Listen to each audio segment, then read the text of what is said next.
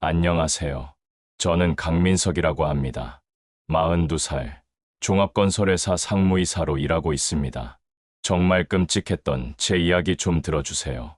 여러분께서 이 이야기를 들으시면 아마도 믿기 힘드실 겁니다. 하지만 이건 실제로 제게 일어난 일이고, 지금도 그 충격에서 완전히 벗어나지 못했거든요. 2024년 5월 어느 월요일 아침이었습니다. 새벽 6시 40분, 알람이 울리기도 전에 제 눈이 떠졌어요. 20년간 건설 현장을 다니며 몸에 밴 습관이었죠. 옆을 돌아보니 아내 유나가 불룩한 배를 위로하고 깊은 잠에 빠져 있었습니다. 임신 7개월이었거든요.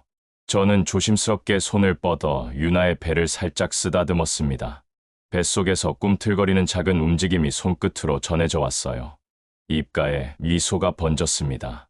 여보, 또 일찍 일어났네. 유나가 졸린 목소리로 중얼거렸습니다. 저는 유나의 이마에 가볍게 입을 맞추며 속삭였어요. 그냥 눈이 떠져서 더 자. 아직 일찍이야. 하지만 그 순간 방문이 벌컥 열리며 첫째 지연이와 둘째 준서가 뛰어들어왔습니다. 6살 지연이는 이미 초등학교 가방을 메고 있었고 5살 준서는 잠옷 차림 그대로 레고를 들고 있었죠. 아빠, 엄마, 일어나요. 준서가 침대 위로 기어올라 제 배 위에 올라탔습니다. 저는 크게 웃으며 준서를 번쩍 들어 올렸어요. 우리 준서는 아직 잠옷이네? 응. 근데 오늘 유치원에서 물놀이예요. 지연이는 엄마 옆에 조용히 앉아 배를 만지며 물었습니다. 엄마, 동생은 언제 나와? 응. 1달 반 정도 더 있으면 나올 거야. 저는 침대에서 일어나 기지개를 켜며 아이들을 바라봤습니다. 지연이의 신중한 성격은 저를 닮았다고 생각했고, 준서의 장난기 많은 모습은 유나를 닮았다고 여겼죠. 물론 겉모습도 그랬습니다. 주방으로 나온 저는 아이들을 위해 샌드위치를 만들기 시작했습니다. 버터 냄새가 집안에 퍼지자 유나도 거실로 나왔어요. 여전히 잠이 덜 깬 얼굴이었지만 38배 나이에도 여전히 아름다웠습니다. 7년 전 건설회사 인테리어 팀에서 함께 일할 때의 모습이 떠올랐죠. 31살의 유나는 이미 팀장으로서 실력을 인정받고 있었고 35살의 저는 현장 소장으로 밤낮 없이 일하던 시절이었습니다. 1년의 짧은 연애 끝에 결혼했지만 저는 그때도 지금도 유나를 사랑했어요. 여보, 커피 마실래? 아니, 임신 중이잖아. 따뜻한 물. 저는 유나를 위해 따뜻한 물을 준비하며 물었습니다. 오늘 산부인과 가는 날 맞지? 응. 오후 2시에. 혼자 갔다 올게. 내가 가고 싶은데. 괜찮아. 당신 오늘도 현장 회의로 바쁘잖아. 식탁에 둘러앉은 가족들은 평범한 아침 대화를 나눴습니다. 지연이는 학교에서 배운 노래를 불렀고 준서는 유치원 친구가 가져온 장난감 이야기를 쉬지 않고 떠들었죠. 유나는 배를 쓰다듬으며 비발디 사계를 틀어놓았습니다. 저는 이 모든 것을 바라보며 행복감을 느꼈어요. 거실 벽에는 가족 사진들이 가득 걸려 있었습니다. 강릉 여행 사진, 지연이의 돌잔치 사진, 준서의 100일 사진. 저는 무의식적으로 그 사진들을 하나하나 훑어봤습니다. 모든 사진 속에서 내 사람은 환하게 웃고 있었죠. 완벽한 가족의 모습이었습니다. 아빠, 학교 갈게요. 지연이가 노란색 가방을 메고 현관으로 향했습니다. 저는 지연이를 꼭 안아주며 볼에 뽀뽀를 했어요. 오늘도 씩씩하게. 선생님 말씀 잘 듣고. 나도 뽀뽀. 준서가 팔을 벌리며 달려왔습니다. 저는 준서를 번쩍 들어올려 양볼에 뽀뽀를 퍼부었죠. 준서가 깔깔거리며 웃었습니다. 준서야, 이제 옷 갈아입어야지. 유나가 준서를 데리고 방으로 들어갔습니다. 저는 그 모습을 바라보며 미소를 지었어요. 42의 나이에 셋째라니. 주변에서는 대단하다고 했지만 저는 오히려 더 많은 아이들을 원했었거든요. 출근 준비를 마친 저는 현관에서 유나와 마주 섰습니다. 유나가 제 넥타이를 고쳐주며 말했어요. 오늘도 늦지 마. 알았어. 저녁엔 일찍 올게. 정말이지. 어제도 그렇게 말하고 10시에 들어왔잖아. 오늘은 진짜야. 약속. 저는 유나의 이마에 입을 맞추고 배를 한 번 더 쓰다듬었습니다. 유나가 살짝 찡그렸어요. 요즘 애가 너무 발로 차. 힘들어. 조금만 참아. 곧 나올 거야. 엘리베이터를 기다리며 저는 휴대폰으로 오늘 일정을 확인했습니다. 오전 9시 임원회의, 10시 협력업체 미팅, 오후 2시 현장 점검. 빡빡한 일정이었지만 건설회사 상무이사로서는 당연한 일상이었죠. 42살의 나이에 상무 자리에 오른 것은 안정적인 성공이었습니다. 엘리베이터가 도착했습니다. 아내는 같은 아파트에 사는 이웃이 타고 있었어요. 강 상무님, 안녕하세요. 요즘도 바쁘신가요? 네, 늘 그렇죠. 아이들은 잘 지내시나요? 덕분에요. 셋째 곧 태어나신다면서요? 대단하세요. 이 나이에. 하하, 유나가 고생이죠. 저는 미소를 지으며 대답했습니다. 이웃의 부러운 눈빛이 느껴졌어요. 42에도 여전히 탄탄한 커리어와 행복한 가정을 유지하는 모습이 부러운 모양이었습니다. 지하 주차장에서 차에 시동을 걸며 저는 백미러로 제 얼굴을 봤습니다. 눈가에 잔주름이 늘었지만 여전히 활력 있는 얼굴이었어요. 라디오에서는 경제 뉴스가 흘러나왔고 저는 평소처럼 회사로 향했습니다. 차창 밖으로 서울의 아침 풍경이 스쳐 지나갔습니다. 출근길 정체는 여전했지만 저는 짜증 대신 여유를 느꼈어요. 신호 대기 중에 휴대폰으로 가족 사진을 잠깐 들여다봤습니다. 지난주 놀이공원에서 찍은 사진이었죠. 지연이는 회전 목마를 타고 싶어 했고 준서는 솜사탕에 푹 빠져 있었습니다. 유나는 배가 불러서 벤치에 앉아 있었지만 그래도 환하게 웃고 있었어요. 회사 주차장에 도착한 저는 엘리베이터를 타고 18층 사무실로 올라갔습니다. 이미 몇몇 직원들이 출근해 있었죠. 안녕하세요, 상무님. 일찍 왔네. 어제 보고서는 오전 회의 전까지 정리해서 올려. 저는 고개를 끄덕이며 사무실로 들어갔습니다. 창밖으로 서울 도심이 한눈에 들어왔어요. 6년 전 유나와 결혼하고 이 자리에 앉았을 때의 벅찬 감동이 아직도 생생했습니다. 책상 위에는 가족 사진이 놓여 있었습니다. 지연이의 100일 사진, 준서의 돌 사진, 그리고 온 가족이 함께 찍은 사진. 저는 잠시 그 사진들을 바라봤어요. 모든 것이 완벽했습니다. 사랑하는 아내, 예쁜 두 아이, 곧 태어날 셋째까지. 커피를 한 모금 마시며 저는 오늘 처리해야 할 서류들을 펼쳤습니다. 복잡한 건설 계약건이었지만 이런 일은 이제 익숙했죠. 20년을 건설업계에서 보낸 제게는 어려울 것이 없었습니다. 이것이 강민석의 평범한 아침이었습니다. 6년 동안 이어져 온, 그리고 앞으로도 계속될 거라고 믿었던 일상이었죠. 적어도 그날까지는 말이에요. 그날 오후, 저는 경기도에 있는 현장 사무소로 향했습니다. 컨테이너로 만든 임시 사무소였지만 50억 규모 아파트 건설 프로젝트의 심장부였죠. 문을 열고 들어서자 현장 소장 박태양이 반갑게 맞이했습니다. 상무님, 오셨습니까? 태양아, 진행 상황 어때?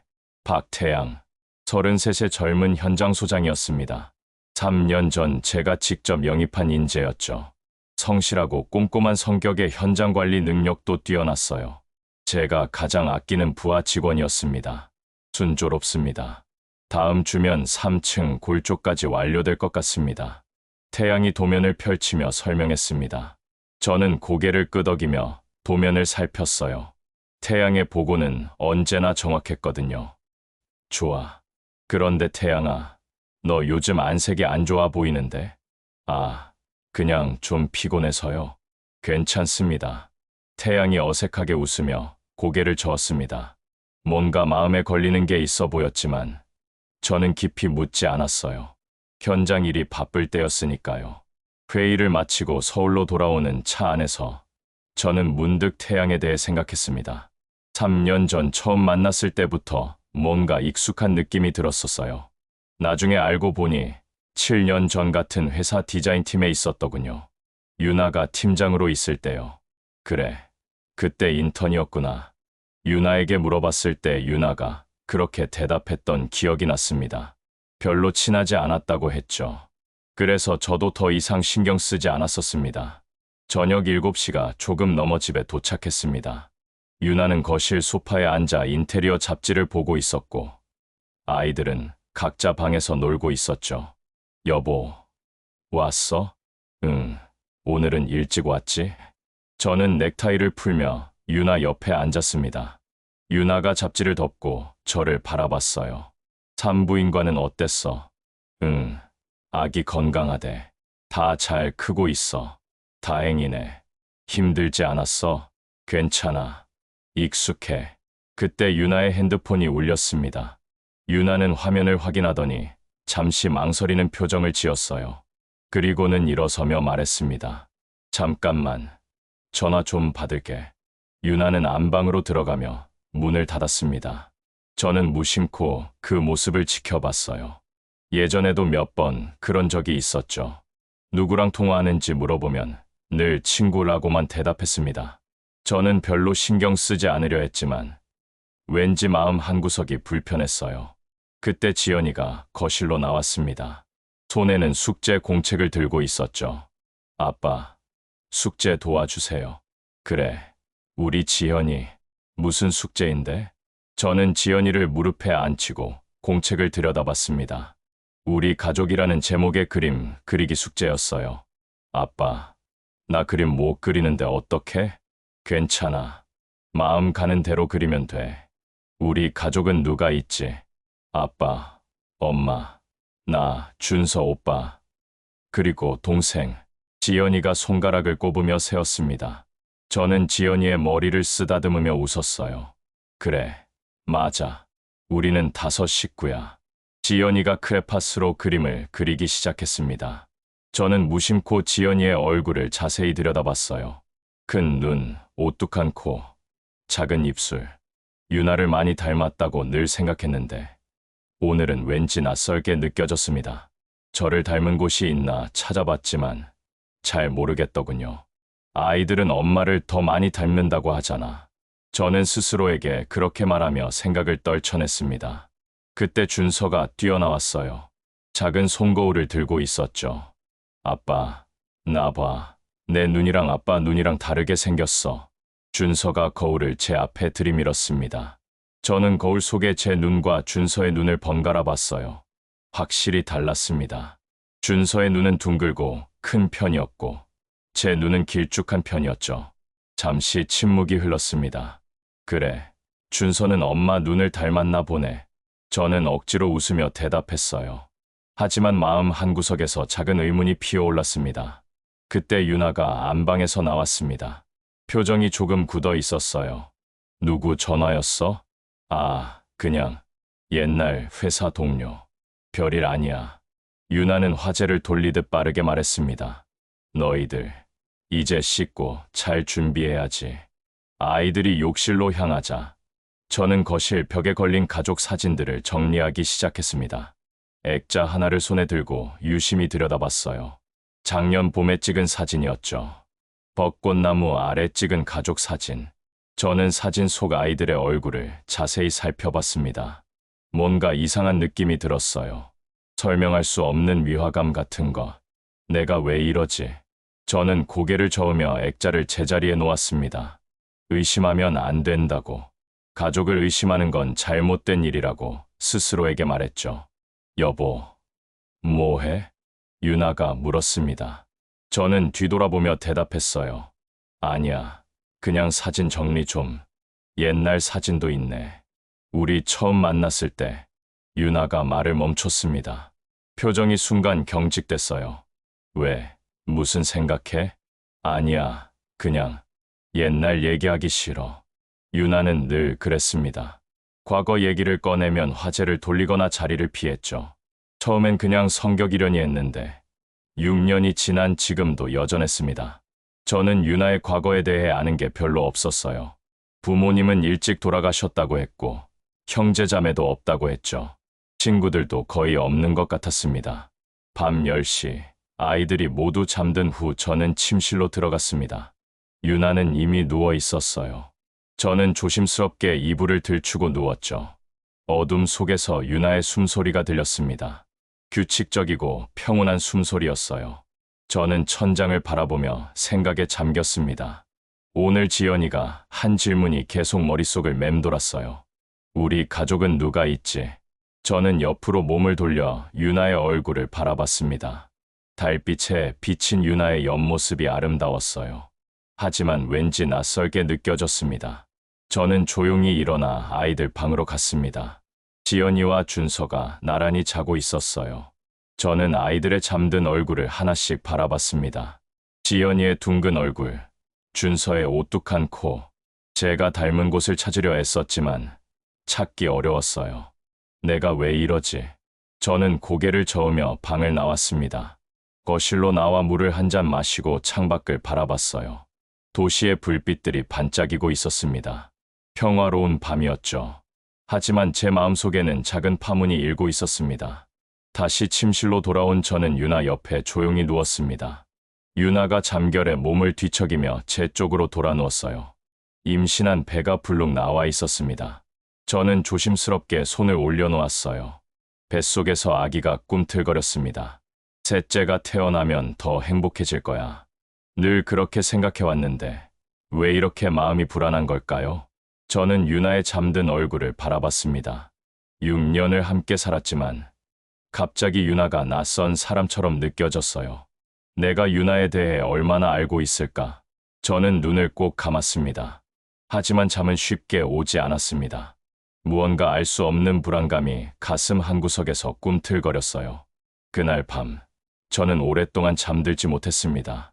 다음 날 아침, 저는 평소보다 일찍 사무실에 도착했습니다. 오전 7시 30분, 18층 사무실 창밖으로 서울의 아침 햇살이 비쳐 들어왔어요.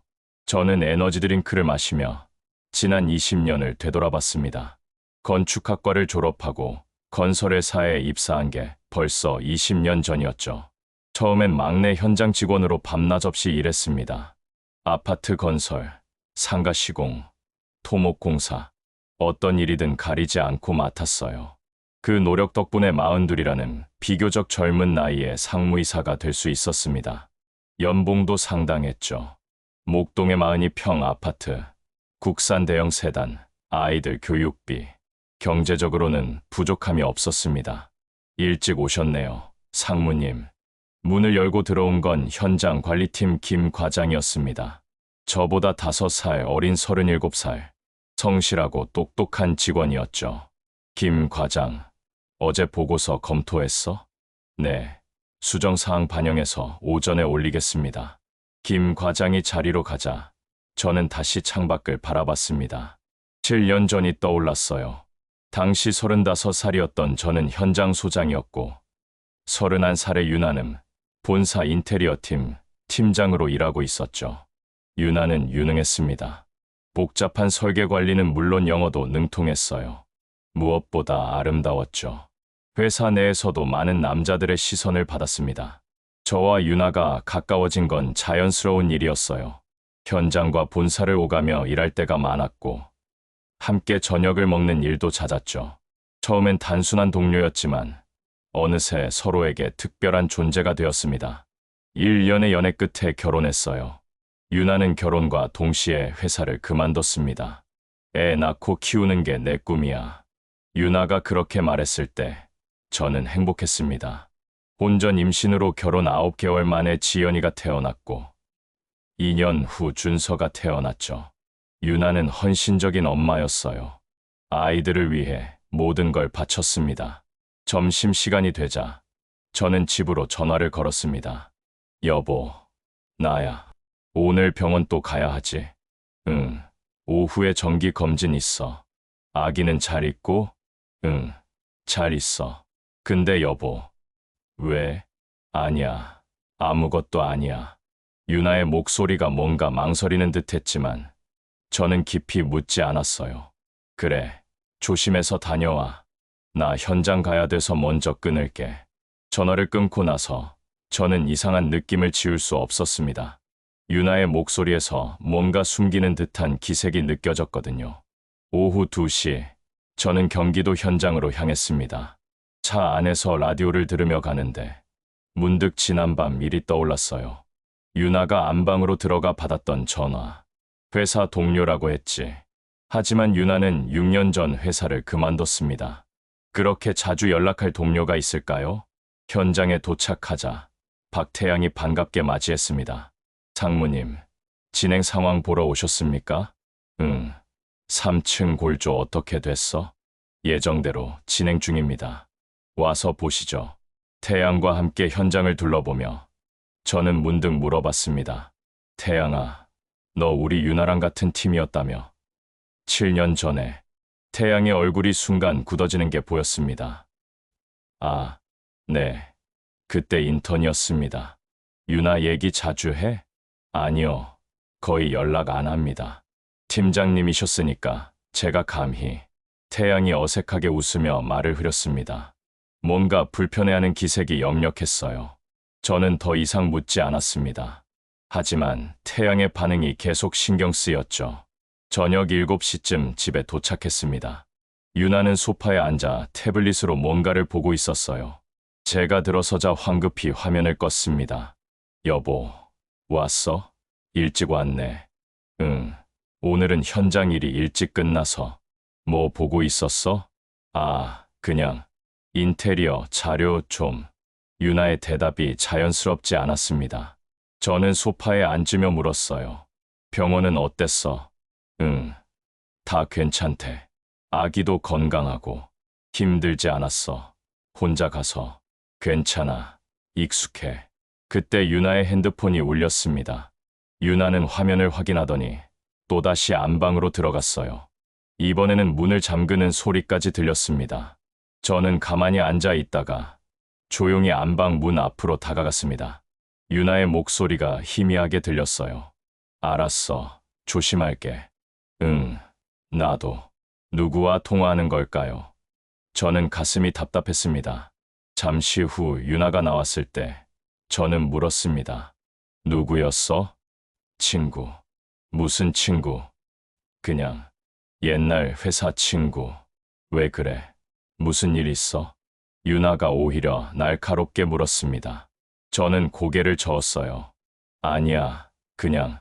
하지만 제 마음속에서는 의심이 점점 커지고 있었습니다. 그날 밤, 저는 유나가 잠든 후 거실로 나왔습니다. 유나의 태블릿이 소파에 놓여 있었어요.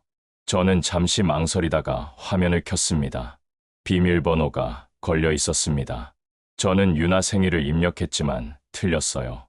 지연이 생일, 준서 생일도 아니었습니다. 결혼 기념일을 입력했을 때 화면이 열렸습니다. 최근 검색 기록을 봤어요. 친자 확인, DNA 검사, 무정자증. 이상한 검색어들이 보였습니다. 저는 심장이 빠르게 뛰기 시작했어요. 왜 유나가 이런 걸 검색했을까요? 그때 안방에서 소리가 들렸습니다. 저는 황급히 태블릿을 끄고 제자리에 놓았어요. 유나가 화장실에 다녀가는 소리였습니다. 저는 다시 침실로 돌아가 누웠지만 잠을 이룰 수가 없었습니다. 친자 확인, DNA 검사, 무정자증? 이 단어들이 무엇을 의미하는 걸까요? 다음 날, 저는 건강검진을 받기로 했습니다. 회사에서 매년 제공하는 임원 종합검진이었는데 올해는 좀 더 정밀하게 받아보기로 했어요. 뭔가 확인하고 싶은 게 생겼거든요. 검진 결과는 일주일 후에 나온다고 했습니다. 저는 그 일주일 동안 유나를 유심히 관찰했어요. 수요일 오후, 유나가 외출한다고 했습니다. 어디 가? 친구 만나. 누구? 옛날 회사 친구. 오래간만에 보는 거야. 유나는 평소보다 화장을 진하게 하고 나갔습니다. 임신 7개월인데도 원피스를 입고 하이힐까지 신었어요. 저는 이상하다는 생각이 들었습니다. 임산부가 하이힐을 신는 게 맞나요? 저는 차를 몰고 유나를 따라갔습니다. 유나는 백화점으로 향했어요. 지하 주차장에 차를 세우고 엘리베이터를 탔습니다. 저도 조심스럽게 따라 올라갔습니다. 유나는 6층 VIP 라운지로 들어갔어요. 저는 멀리서 지켜봤습니다. 유나가 창가 자리에 앉았어요. 그리고 누군가를 기다리는 듯 했습니다. 10분쯤 지났을까요? 한 남자가 나타났습니다. 정장을 입은 40대 초반으로 보이는 남자였어요. 유나가 환하게 웃으며 일어나 그 남자를 맞이했습니다. 두 사람은 마주 앉아 대화를 나눴어요. 유나의 표정이 밝았습니다. 집에서 저와 있을 때보다 훨씬 더 행복해 보였죠. 저는 멀리서 사진을 몇 장 찍었습니다. 증거가 필요할 것 같았거든요. 2시간쯤 지나서 두 사람이 일어났습니다. 헤어지는 순간 그 남자가 유나를 가볍게 껴안았어요. 짧은 포옹이었지만 분명 친밀한 사이처럼 보였습니다. 저는 주먹을 꽉 쥐었습니다. 손톱이 손바닥을 파고들 정도로 세게 쥐었지만 아픔을 느끼지 못했어요. 머릿속이 하얗게 변했습니다. 그날 저녁 집에 돌아온 저는 아무렇지 않은 척했습니다. 다녀왔어? 응. 친구 만나고 왔어. 재미있었어? 응. 오랜만에 봐서 좋았어. 유나는 태연하게 거짓말을 했습니다. 저는 그 모습을 보며 확신했어요. 뭔가 큰 비밀이 있다고. 그리고 저는 반드시 그 진실을 밝혀내야 한다고 다짐했습니다. 일주일 후 건강검진 결과가 나왔습니다. 강 상무님, 검사 결과 상담받으러 오셨습니까? 담당 의사가 차트를 보며 물었습니다. 저는 긴장한 채 고개를 끄덕였어요. 네, 결과가 어떻습니까? 대부분 정상입니다. 다만 의사가 말을 멈췄습니다. 표정이 심상치 않았어요. 다만 뭔가요? 정밀 검사에서 한 가지 특이한 소견이 발견됐습니다. 비뇨기과 전문의 상담을 받아보시는 게 좋겠습니다. 무슨 문제인데요? 제가 여기서 말씀드리기는 전문의와 상담하시죠.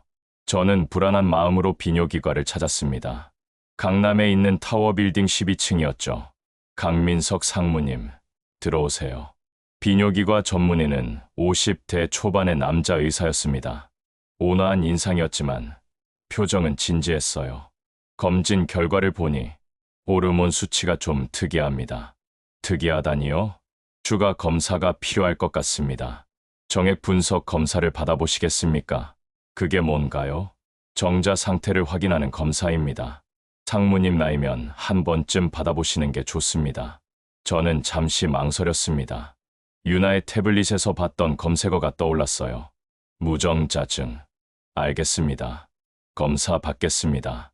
사흘 후 검사 결과를 들으러 다시 병원을 찾았습니다. 의사의 표정이 평소와 달랐어요. 차트를 들여다보던 의사가 한참 만에 입을 열었습니다. 강 상무님, 검사 결과가 좀 특이합니다. 제 심장이 쿵 내려앉았습니다. 뭐가 문제입니까? 의사가 안경을 벗고 저를 바라봤습니다. 조심스러운 목소리로 말을 이어갔어요. 정액 검사 결과 무정자증으로 나타났습니다. 무정자증이요? 네. 정액의 정자가 전혀 없다는 뜻입니다. 정액의 양과 다른 수치는 정상인데 정자만 관찰되지 않습니다. 제 머릿속이 하얗게 변했습니다. 입술이 바짝 말라왔어요. 그게 어떻게 가능한가요? 저한테 아이가 둘이나 있는데요. 의사도 당황한 기색이었습니다. 다시 차트를 확인하며 말했어요. 그래서 제가 특이하다고 말씀드린 겁니다. 호르몬 수치를 보면 선천적 무정자증일 가능성이 높습니다. 선천적이라고요? 네. 태어날 때부터 정자를 만들 수 없는 상태입니다. 고환이나 정관의 구조적 문제 때문이죠. 저는 의자에서 벌떡 일어났습니다. 다리에 힘이 풀려서 다시 주저앉았어요. 검사가 잘못된 거 아닌가요? 재검사를 해주세요. 물론 재검사는 가능합니다. 하지만 이 검사의 정확도는 99% 이상입니다. 현미경으로 여러 번 확인했는데 정자가 단 한 마리도 관찰되지 않았습니다. 저는 손으로 얼굴을 감쌌습니다. 이게 무슨 일인지 어떻게 받아들여야 할지 알 수가 없었어요. 평생 그러셨다는 건가요? 선천적이라면 그렇습니다. 그럼 지연이와 준서는, 뱃속의 셋째는? 강 상무님, 괜찮으십니까? 의사가 걱정스럽게 물었습니다. 저는 겨우 고개를 들었어요. 재검사 꼭 받겠습니다. 다른 병원에서도 받아보고 싶습니다. 물론입니다. 대학병원을 소개해 드리겠습니다. 병원을 나온 저는 차에 타고도 한참을 움직이지 못했습니다. 핸들을 잡은 손이 떨렸어요. 백미러로 본 제 얼굴이 창백했습니다. 이건 말이 안 돼. 실수일 거야. 분명히 실수일 거야. 하지만 의사의 말이 귓가에서 떠나지 않았어요. 선천적 무정자증. 태어날 때부터 일주일 후 저는 대학병원에서 재검사를 받았습니다. 결과는 똑같았어요. 강민석 상무님, 안타깝지만 무정자증이 맞습니다. 치료가 가능한가요? 선천적 무정자증은 치료가 불가능합니다. 고환 조직 검사를 통해 정자 생성 여부를 확인할 수는 있지만 상무님의 호르몬 수치를 보면 가능성이 거의 없어 보입니다. 저는 병원을 나와 올림픽대로변 주차장에 차를 세웠습니다. 한강을 바라보며 한참을 멍하니 앉아 있었어요. 이제는 부정할 수 없는 현실이었습니다. 저는 평생 아이를 가질 수 없는 몸이었고, 그렇다면 지연이와 준서는 핸드폰을 꺼내 사설 조사를 검색했습니다. 여러 업체가 나왔지만 한석준 조사사무소가 눈에 들어왔어요. 전직 경찰 출신이라는 소개가 믿음직스러웠습니다. 떨리는 손으로 전화번호를 눌렀습니다. 한석준 조사사무소입니다. 차분한 남자 목소리가 들렸습니다. 저는 목을 가다듬고 말했어요. 상담을 받고 싶습니다. 어떤 건으로 오시는지 간단히 말씀해 주시겠습니까? 직접 만나서 얘기하고 싶습니다. 알겠습니다. 내일 오후 3시 괜찮으십니까? 저는 수첩을 확인했습니다. 내일 오후는 비어 있었어요. 네, 가겠습니다. 다음 날 오후, 저는 오피스텔 903호에 있는 조사사무소를 찾았습니다. 강민석 상무님이시죠?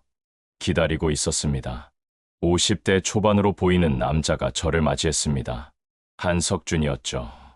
날카로운 눈매지만 부드러운 인상이었어요. 이쪽으로 오시죠. 상담실로 들어간 저는 깊은 숨을 들이쉬었습니다. 이제 진실을 찾는 여정이 시작되는 것이었어요. 한석준이 노트북을 펼치며 차분하게 물었습니다. 어떤 도움이 필요하신가요? 저는 한참을 망설이다가 입을 열었습니다. 무정자증 진단, 임신 7개월인 아내, 2 아이들. 말하면서도 믿기지 않는 현실이었어요. 아내가 누군가를 만나는지 알고 싶습니다. 그리고 저는 지난주 유나를 따라갔던 일을 얘기했습니다. 백화점 VIP 라운지에서 만난 남자. 친밀해 보이던 2 사람의 모습. 한석준은 놀라지 않았습니다. 이런 의뢰는 흔했으니까요. 무정자증이 선천적이라면 자녀분들의 친부가 따로 있을 가능성이 높습니다. 하지만 섣부른 판단은 위험합니다. 차근차근 사실부터 파악해 보겠습니다. 한석준은 조사 방법을 설명했습니다. 유나의 일상을 관찰하고 만나는 사람들을 확인하고 행동 패턴을 분석하겠다고 했어요. 언제부터 시작할 수 있나요? 내일부터 가능합니다. 일주일에 한 번씩 보고 드리겠습니다. 비용은 예상보다 높았지만 저는 망설이지 않았습니다. 부탁드립니다. 진실을 알아야겠습니다. 사무소를 나서며 저는 결심했습니다. 이제 더 이상 의심만으로는 살 수 없다고, 확실한 증거가 필요하다고. 그날 저녁 집에 돌아왔을 때 유나는 평소와 다름없었습니다. 여보, 어디 갔다 와? 연락이 안 되더라. 응, 병원 갔다 왔어. 무슨 병원? 어디 아파? 아니야, 그냥 검진 결과 듣고. 저는 유나의 눈을 똑바로 바라봤습니다. 유나는 자연스럽게 시선을 피했어요. 거짓말에 익숙한 사람의 눈빛이구나. 저는 그제야 깨달았습니다. 일주일 후 한석준에게서 첫 보고가 왔습니다. 수요일마다 백화점 VIP 라운지에서 같은 남자를 만납니다. 오후 2시에 만나서 2시간 정도 대화를 나눕니다. 그 남자가 누구죠? 최인호, 40살, 건설 자재협력업체 대표입니다. 제 심장이 빠르게 뛰기 시작했습니다. 건설업계, 사람이라고요? 네. 7년 전까지는 상무님 회사 디자인팀에 있었습니다. 저는 주먹을 꽉 쥐었습니다. 그럼 유나와 같은 팀이었다는 건가요? 그렇습니다. 한서윤아 씨가 팀장이었을 때 최인호 씨는 대리였습니다. 한석준이 태블릿으로 사진들을 보여줬습니다. 유나와 최인호가 라운지에서 마주 앉아 진지하게 대화하는 모습, 웃으며 즐거워하는 모습. 일반적인 옛 동료 관계로 보기엔 너무 정기적이고 친밀합니다. 그때 한석준이 동영상 하나를 재생했습니다. 유나와 최인호가 라운지를 나서는 장면이었어요. 두 사람은 잠시 서서 대화를 나누다가 포옹을 했습니다. 단순한 인사가 아니었어요. 최인호가 유나의 등을 쓰다듬는 모습이 보였습니다. 그리고 한 가지 더 있습니다. 한석준이 다른 파일을 열었습니다. 비즈니스 호텔 1층 커피숍 CCTV 화면이었어요.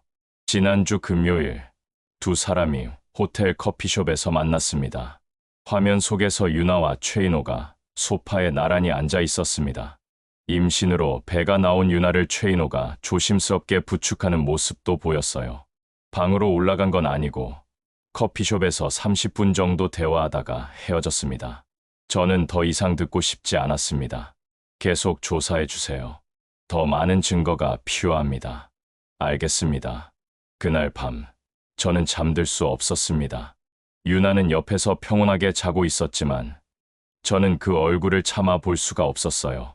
7년 전부터 알고 지낸 사이. 그럼 셋째는 정말 최인호의 아이란 말인가?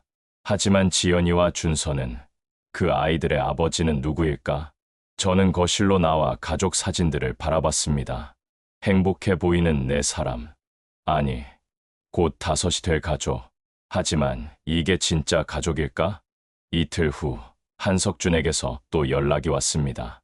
상무님, 중요한 걸 발견했습니다. 지금 만날 수 있으십니까? 저는 서둘러 조사사무소로 향했습니다.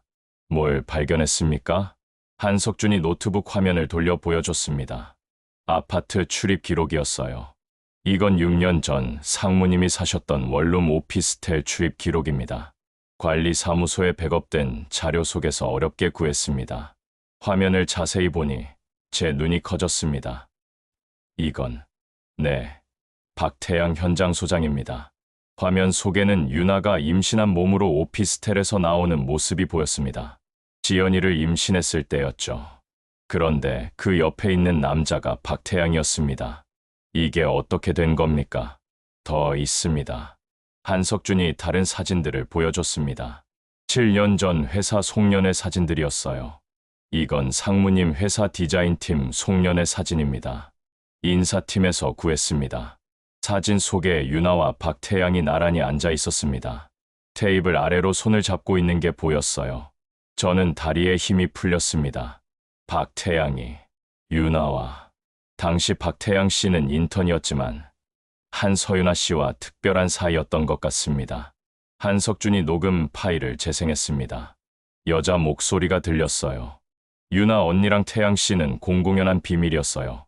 최인호 대리도 언니를 좋아했지만 언니는 태양 씨한테만 관심이 있었죠. 이 사람은 누구입니까? 이혜진 씨입니다. 당시 같은 팀에서 일했던 디자이너예요. 지금은 프리랜서로 일하고 있고요. 녹음이 계속됐습니다. 언니가 다른 팀으로 옮기고 나서 임신했을 때 다들 박태양 씨 아이라고 수군거렸어요. 근데 갑자기 다른 사람이랑 결혼하더라고요. 저는 머리를 감싸 쥐었습니다. 그럼 지연이가 상무님, 더 이상한 게 있습니다. 박태양 씨가 상무님 회사로 이직한 시기를 확인해 봤는데요. 언제입니까?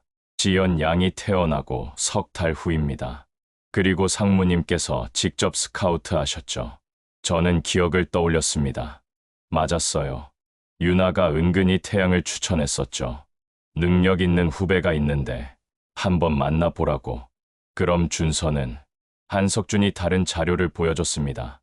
준서 군을 임신했던 시기 상무님께서 중국 출장 가셨을 때입니다. 2주일간 베이징에 계셨죠. 어떻게 그걸? 출장 기록을 확인했습니다. 그 시기에 한서윤아 씨와 박태양 씨가 함께 오피스텔을 드나드는 모습이 여러 번 찍혔습니다. 저는 주먹을 책상 위에 내리쳤습니다. 그 자식이 제가 출장 간 사이에. 그리고 이것도 보십시오. 한석준이 통장 거래 내역을 보여줬습니다.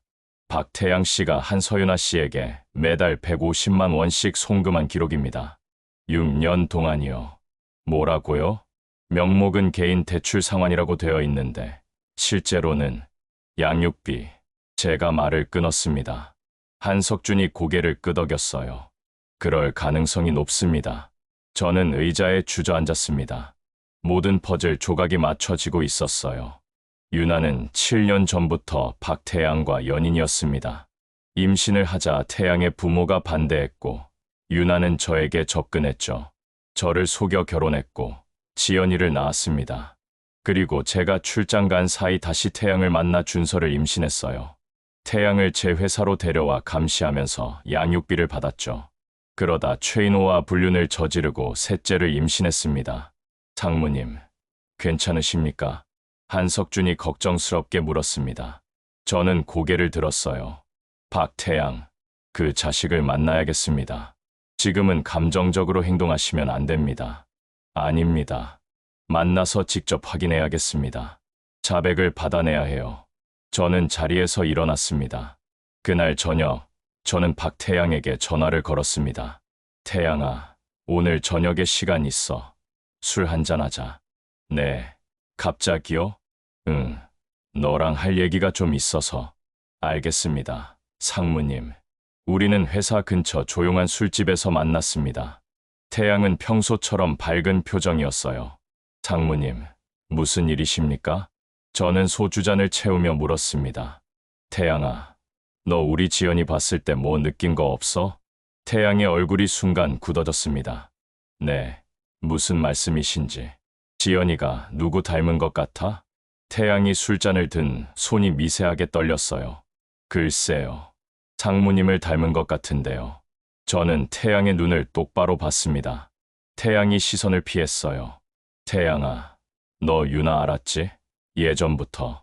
순간 태양의 얼굴이 창백해졌습니다.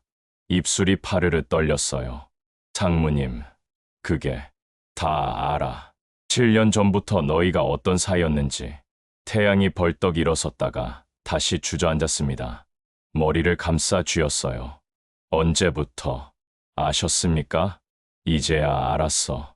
내가 얼마나 바보같이 속아 살았는지.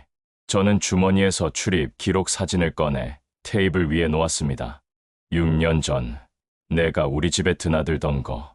유나 임신했을 때 말이야. 태양이 사진을 보더니 고개를 떨궜습니다. 지연이랑 준서, 내 아이지? 침묵이 흘렀습니다. 긴 침묵 끝에 태양이 천천히 고개를 끄덕였습니다. 네, 그 순간 제 세계가 완전히 무너져 내렸습니다. 가장 신뢰했던 부하가 제가 직접 영입해서 매일 마주하며 일했던 태양이 제 아이들의 친아버지였다니. 어떻게 그럴 수가 있어.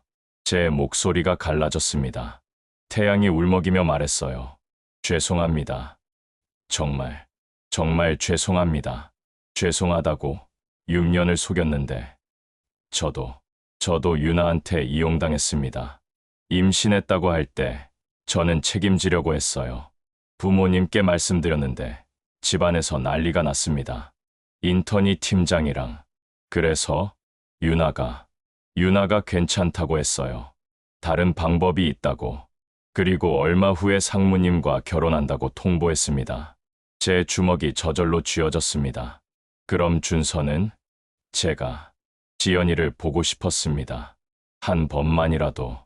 그래서 유나한테 부탁했어요. 집에 초대해달라고. 태양이 계속 말했습니다. 그날 저는 정말 지연이만 보고 가려 했습니다. 하지만 유나가 놔주지 않았습니다. 저도 유나에 대한 마음이 아직 남아 있었고, 그래서 내가 중국 출장 간 사이에 또 관계를 가진 거야? 태양이 고개를 숙였습니다. 150만 원. 6년 동안 매달 보냈지. 양육비였습니다. 저는 더 이상 참을 수 없었습니다. 자리에서 벌떡 일어났어요. 상무님, 태양이 제 팔을 잡았지만 저는 뿌리쳤습니다. 다시는 내 앞에 나타나지 마. 회사도 그만둬. 상무님, 제발. 저는 뒤돌아보지 않고 술집을 나왔습니다. 밤거리를 걸으며 저는 울었습니다. 6년 동안 속았다는 배신감, 매일 마주했던 태양이 제 아이들의 친아버지라는 충격, 모든 게 거짓이었습니다. 한강 다리를 건너며 저는 생각했습니다. 이제 어떻게 해야 하지? 집으로 돌아갈 수가 없었습니다. 유나를 마주할 자신이 없었어요. 저는 비즈니스 호텔을 찾아 방을 잡았습니다. 침대에 누워도 잠이 오지 않았어요.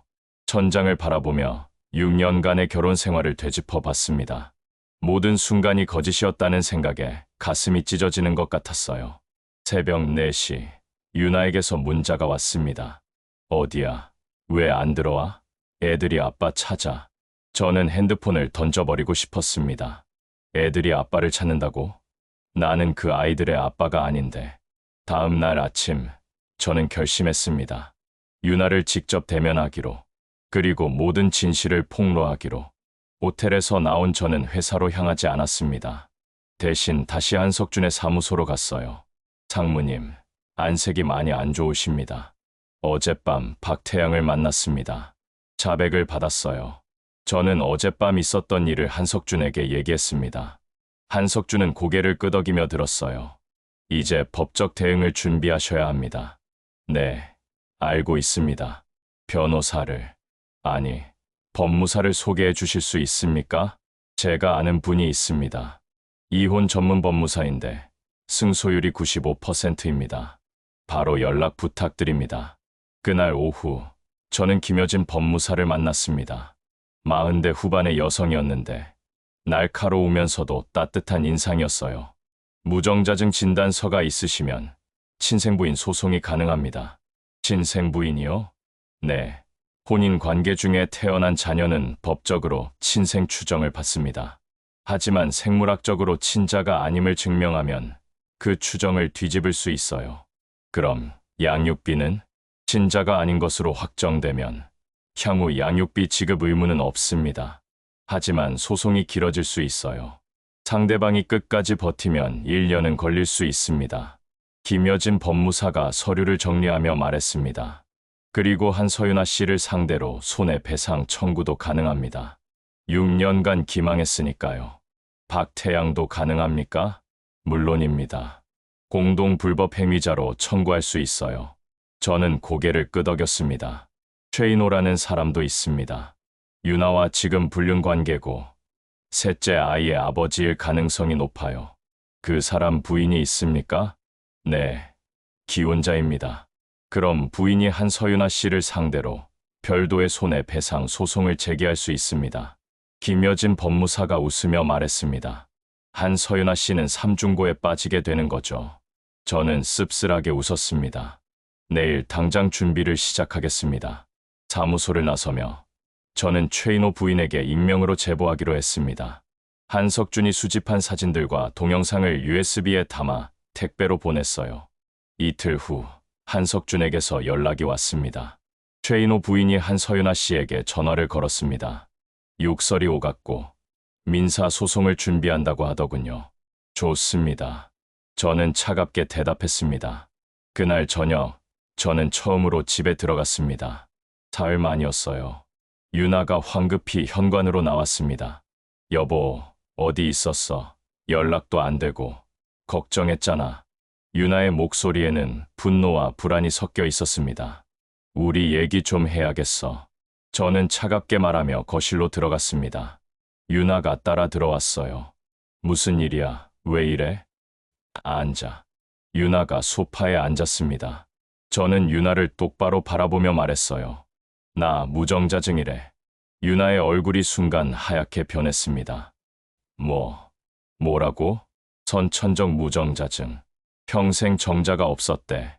아이를 가질 수 없는 몸이야. 유나가 입을 벌렸다 다물었습니다. 그게 무슨, 검사가 잘못된 거 아니야? 3번 확인했어. 2개 병원에서. 틀림없대. 침묵이 흘렀습니다. 유나의 얼굴에서 피가 빠져나갔어요. 그럼. 그래. 지연이도, 준서도, 뱃속 아이도 내 자식이 아니야. 유나가 소파에서 일어나려다 주저앉았습니다. 아니야. 그럴 리 없어. 박태양 만났어. 다 자백했어. 유나의 눈이 커졌습니다. 지연이랑 준서는 태양이 자식이지. 그리고 셋째는 최인호 자식이고. 당신, 어떻게 다 알아냈어. 7년 전부터 너희가 어떤 사이였는지, 어떻게 나를 속였는지. 태양을 내 회사로 데려온 것도 내 계획이었지. 유나가 고개를 떨궜습니다. 한석준이라는 조사원도 고용했어. 너랑 최인호가 매주 수요일마다 만나는 것도 다 찍혔어. 여보, 나한테 여보라고 부르지 마. 제 목소리가 커졌습니다. 유나가 움찔했어요. 6년이야. 6년 동안 날 속였어. 매일 아침 아이들이 아빠라고 부를 때마다 난 행복했어. 근데 그게 다 거짓이었어. 유나가 울기 시작했습니다. 미안해. 정말 미안해. 미안하다고. 그게 다야. 저는 냉소를 지었습니다. 태양이랑 어떻게 된 건지 설명해봐. 유나가 떨리는 목소리로 말했습니다. 7년 전에 태양이랑 사귀었어. 임신했을 때 태양한테 말했는데 부모님이 반대했어. 인턴이랑 결혼할 수 없다고. 그래서 나한테 온 거야? 임신한 몸으로? 난 아이를 키워야 했어. 혼자서는 할 수 없었어. 그래서 날 속인 거야? 사랑한다고 거짓말하면서? 유나가 고개를 들었습니다. 눈물로 범벅이 된 얼굴이었어요.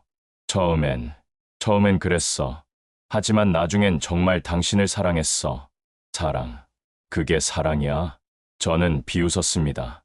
사랑하는 사람을 속여. 내가 출장 간 사이에 태양이를 집에 불러. 준서를 임신해? 유나가 말문이 막혔습니다. 그리고 최인호는 뭐야? 또 사랑해서? 그건 아니야. 그럼 뭔데? 유나가 대답하지 못했습니다. 알았어. 이혼하자. 유나가 벌떡 일어났습니다. 이혼, 안 돼. 애들은 어떡하고? 애들, 내 애들도 아닌데. 법적으로는 당신 아이야. 혼인 중에 태어났으니까. 유나가 소리쳤습니다. 저는 주머니에서 서류를 꺼냈어요. 친생부인 소송 준비했어. 법적으로도 내 아이가 아니라는 걸 증명할 거야. 당신, 정말 그럴 거야? 그래. 그리고 너랑 태양, 둘 다 손해배상 청구할 거야. 6년간 날 속인 대가를 치러야지. 유나의 얼굴이 일그러졌습니다. 당신, 미쳤어? 미친 건 너야. 어떻게 이렇게 뻔뻔할 수가 있어? 그때 지연이와 준서가 방에서 나왔습니다. 엄마, 아빠, 왜 싸워? 지연이가 울먹이며 물었습니다. 저는 아이들을 보는 순간 가슴이 찢어지는 것 같았어요. 괜찮아, 지연아. 저는 아이들에게 다가가려 했지만 유나가 가로막았습니다. 애들한테 가지 마. 당신 지금 애들 버리려고 하잖아. 내가 버리는 게 아니야. 처음부터 내 아이가 아니었어. 아이들 앞에서 그런 말 하지 마. 유나가 아이들을 안으며 소리쳤습니다. 지연이와 준서가 울기 시작했어요. 저는 더 이상 견딜 수 없었습니다. 나갈게. 변호사, 법무사한테서 연락할 거야. 여보. 유나가 제 팔을 붙잡았지만 저는 뿌리쳤습니다. 제발 애들 생각해서라도. 애들 생각. 내가 애들 생각했어. 거짓말로 점철된 가정을 만들어 놓고 저는 현관문을 열었습니다. 법정에서 보자. 문을 닫고 나오는데 안에서 유나와 아이들의 울음소리가 들렸습니다. 저는 고개를 돌리지 않고 엘리베이터를 탔어요. 다시 호텔로 향하는 차 안에서 저는 눈물을 흘렸습니다. 정말 이게 맞는 걸까? 아이들은 아무 죄가 없는데. 하지만 저는 결심을 굽히지 않았습니다. 진실은 반드시 밝혀져야 한다고. 그리고 모두가 마땅한 대가를 치러야 한다고. 호텔 방에 들어서자마자 제 핸드폰이 울렸습니다. 박태양이었어요. 저는 받지 않았습니다. 곧이어 문자가 왔습니다. 상무님, 제발 한 번만 만나 주십시오.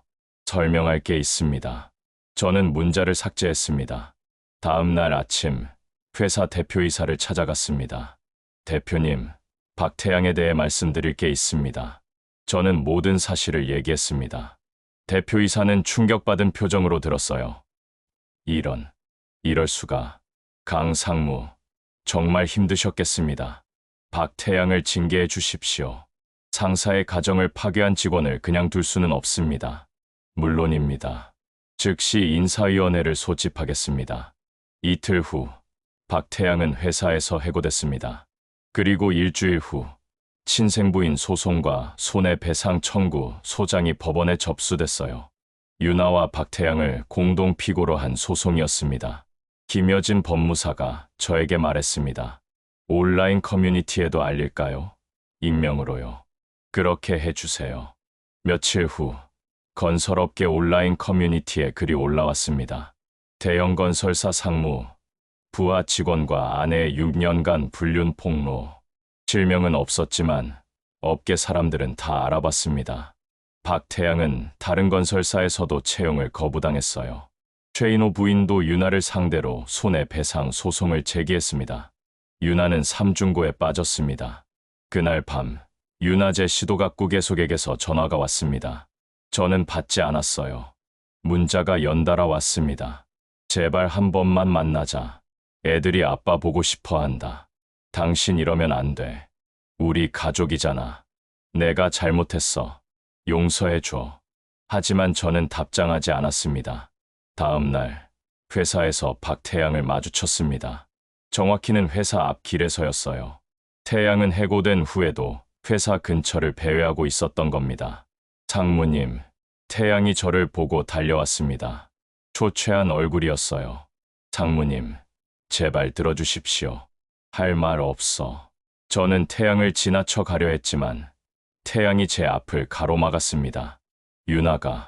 유나가 저한테 협박을 했습니다. 상무님한테 무정자증 사실을 업계에 퍼뜨리겠다고 했습니다. 그리고 저한테는 성폭행으로 고소하겠다고 했어요. 저는 태양을 똑바로 바라봤습니다. 성폭행? 네, 술을 먹여서 관계했다고 주장하겠답니다. 저는 그런 적 없는데. 오히려 유나가, 태양이 고개를 저었습니다. 이미 변호사도 선임했대요. 만약 친자 확인 요구하면 저를 가해자로 만들겠다고. 저는 이를 악물었습니다. 유나의 악랄함이 끝이 없었어요. 그리고 상무님 회사 사람들한테도 연락했습니다. 상무님이 무정자증인데도 모르고 6년을 살았다고. 얼마나 한심하냐고. 뭐라고? 제 목소리가 커졌습니다. 주변 사람들이 쳐다봤어요. 유나가 상무님 명예를 실추시키려고 합니다. 자기가 피해자라고 주장하면서요. 저는 주먹을 꽉 쥐었습니다. 고마워, 태양아. 알려줘서. 상무님, 저는 정말 죄송합니다. 태양이 고개를 숙였습니다. 하지만 너도 공범이야. 6년간 날 속였잖아. 알고 있습니다. 저는 태양을 남겨두고 회사로 들어갔습니다. 사무실에 앉자마자 저는 김여진 법무사에게 전화를 걸었습니다. 법무사님, 유나가 제 무정자증 사실을 퍼뜨리고 있습니다. 그리고 박태양을 성폭행으로 고소하겠다고 협박했대요. 예상했던 수입니다. 유나 씨가 피해자 프레임을 만들려는 거죠. 막을 수 있습니까? 명예훼손으로 맞고소할 수 있습니다. 그리고 무고죄도 적용 가능해요. 박태양 씨가 협박받은 증거를 확보하시겠어요? 녹음을 했을 겁니다. 확인해 보겠습니다. 저는 태양에게 문자를 보냈습니다. 유나랑 통화 녹음했어. 있으면 보내줘. 10분 후 태양에게서 녹음 파일이 왔습니다. 유나의 목소리가 들렸어요. 태양아, 잘 들어. 만약 친자 확인하자고 하면 너 성폭행으로 고소할 거야. 증거? 만들면 되지. 그리고 민석이한테 무정자증 사실 업계에 다 퍼뜨릴 거야. 얼마나 한심한 놈인지 모두가 알게. 녹음을 듣는 순간 저는 온몸에 소름이 돋았습니다. 이게 제가 6년간 사랑했던 사람의 진짜 모습이었습니다. 저는 녹음 파일을 김여진 법무사에게 보냈습니다. 이걸로 무고죄와 명예훼손 추가 고소 가능합니다. 유나 씨는 형사처벌까지 받을 수 있어요. 진행해 주십시오. 그날 저녁, 저는 처음으로 술을 마셨습니다. 호텔 방에서 혼자 소주를 들이켰어요. 핸드폰을 보니 지연이 사진이 배경화면이었습니다. 환하게 웃고 있는 지연이. 아빠. 지연이가 저를 부르던 목소리가 들리는 것 같았어요. 저는 눈물을 흘리며 소주를 마셨습니다. 내가 정말 잘하고 있는 걸까? 하지만 돌이킬 수는 없었습니다. 일주일 후, 첫 재판 기일이 잡혔습니다. 가정법원 3층 제2재판정이었어요. 재판 당일, 저는 김여진 법무사와 함께 법원에 도착했습니다. 복도에서 유나를 마주쳤어요. 임신 8개월이 된 유나는 배가 더 불러 있었습니다. 유나가 저를 보더니 다가왔습니다. 여보, 여보라고 부르지 마. 이제 남이야. 제발, 애들 생각해서라도. 애들은 내가 알아서 키워. 법적으로 내 아이가 아니니까. 당신, 정말 이럴 거야? 유나의 목소리가 떨렸습니다. 재판정에서 보자. 저는 유나를 지나쳐 법정으로 들어갔습니다. 재판이 시작됐어요. 재판장이 서류를 검토하며 말했습니다. 원고 강민석은 피고 한서유나 및 박태양을 상대로 친생부인 및 손해배상을 청구했습니다. 원고 측 입증 자료를 제출하십시오. 김여진 법무사가 일어섰습니다. 먼저 무정자증 진단서를 제출합니다. 2개 병원에서 확진받았고 선천적 무정자증으로 평생 정자 생성이 불가능합니다. 진단서가 제출됐습니다. 다음으로 피고 박태양의 자백 녹취록입니다. 피고 박태양은 지연 양과 준서 군이 자신의 친자임을 인정했습니다. 녹취록이 제출됐어요. 그리고 피고 한서유나와 박태양의 과거 관계를 증명하는 사진들입니다. 7년 전 회사 송년회 사진, 오피스텔 출입 기록 등입니다. 사진들이 화면에 띄워졌습니다. 마지막으로 박태양이 한서유나에게 6년간 매달 150만 원씩 송금한 은행 거래 내역입니다. 양육비 명목이었습니다. 거래 내역이 제출됐습니다. 유나 측 변호사가 일어섰습니다. 재판장님, 원고도 6년간 아이들을 사랑하며 키웠습니다. 법적으로 혼인 중 출생한 자녀는 친생 추정을 받습니다. 이를 뒤집는 것은 아이들에게 큰 상처가 됩니다. 하지만 생물학적 친자가 아님이 명백합니다. 김여진 법무사가 반박했습니다. 피고 한서유나는 6년간 원고를 기망했습니다.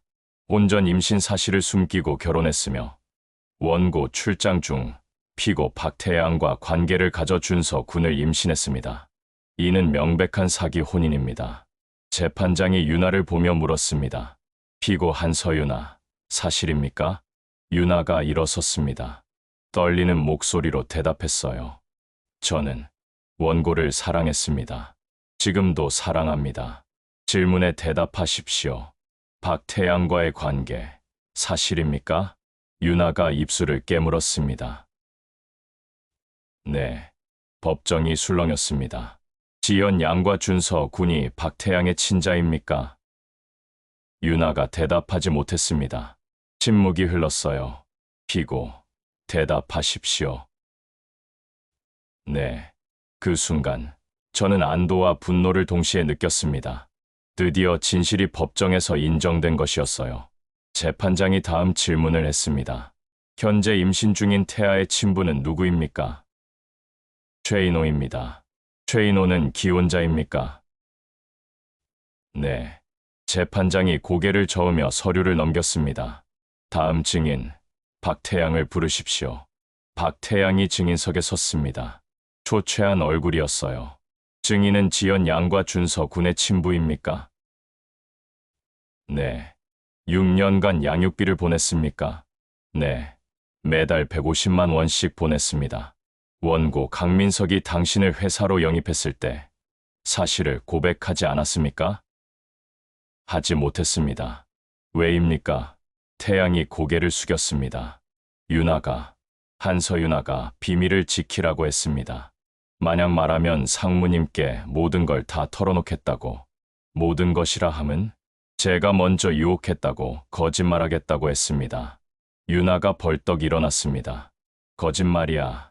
태양이가 먼저. 피고, 앉으십시오. 재판장이 유나를 제지했습니다. 계속하십시오. 태양이 말을 이었습니다. 유나가 저를 협박했습니다. 성폭행으로 고소하겠다고, 원고님의 무정자증 사실을 업계에 퍼뜨리겠다고. 증거가 있습니까? 네, 녹음 파일이 있습니다. 김여진 법무사가 녹음 파일을 제출했습니다. 법정에 유나의 목소리가 울려 퍼졌어요.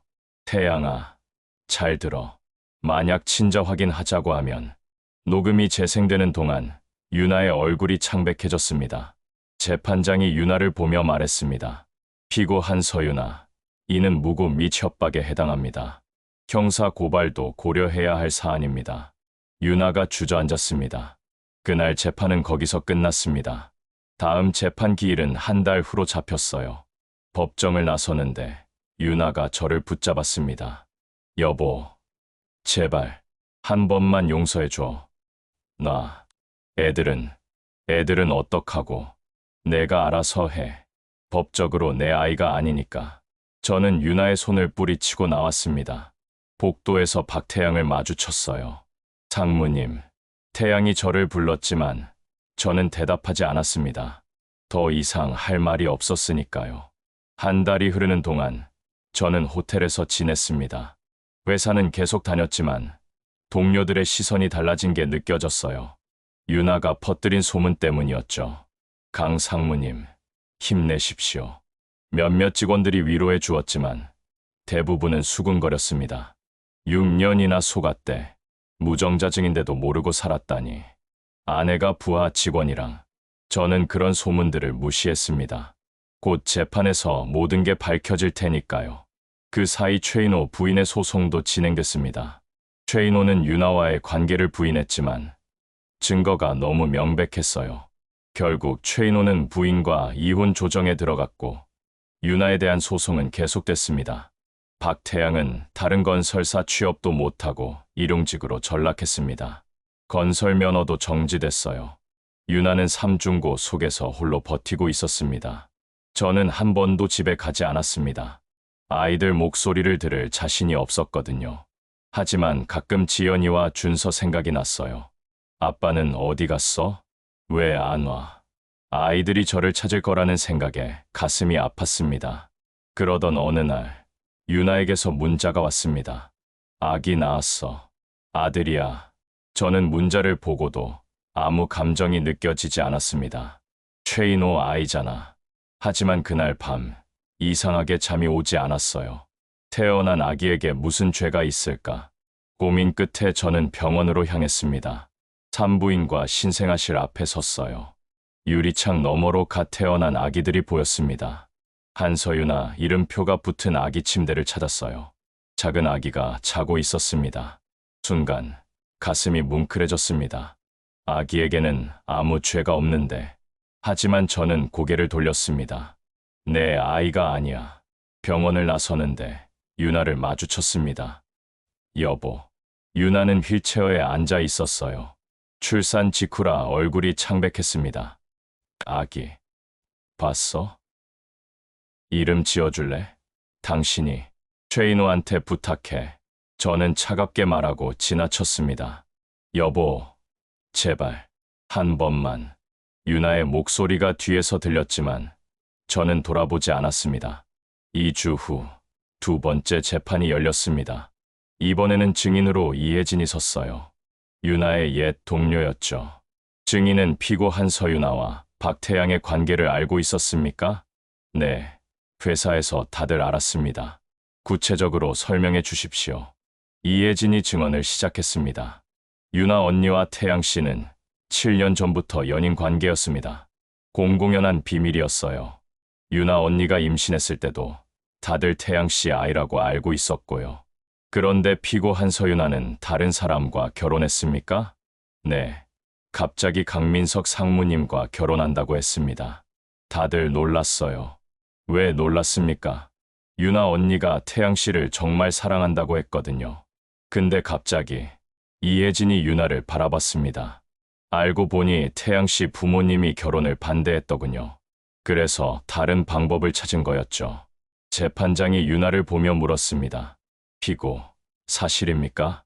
유나가 고개를 숙였습니다. 대답하십시오. 네. 다음 증인으로 회사 인사팀 직원이 섰습니다.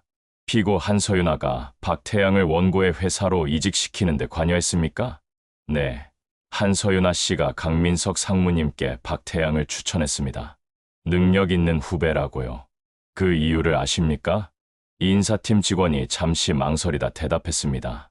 나중에 들은 얘긴데 감시하려고 했다고 합니다. 박태양 씨가 자꾸 아이들을 보고 싶다고 해서 차라리 눈앞에 두고 관리하려고 했다더군요. 법정이 술렁였습니다. 저는 주먹을 꽉 쥐었어요. 유나의 치밀함이 끝이 없었습니다. 재판장이 서류를 넘기며 말했습니다. 피고 한서윤아, 증언대에 서십시오. 유나가 비틀거리며 일어났습니다.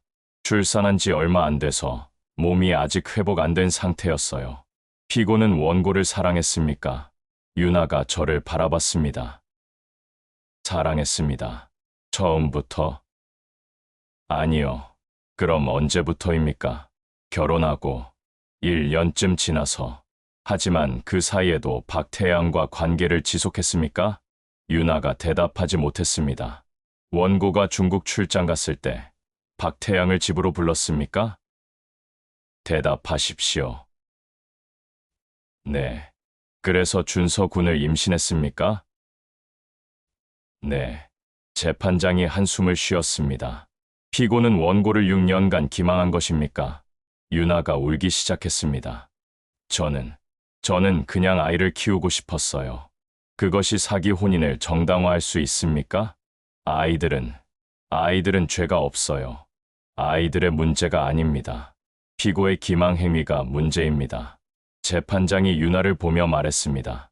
피고는 원고에게 어떤 말을 하고 싶습니까? 유나가 저를 바라봤습니다.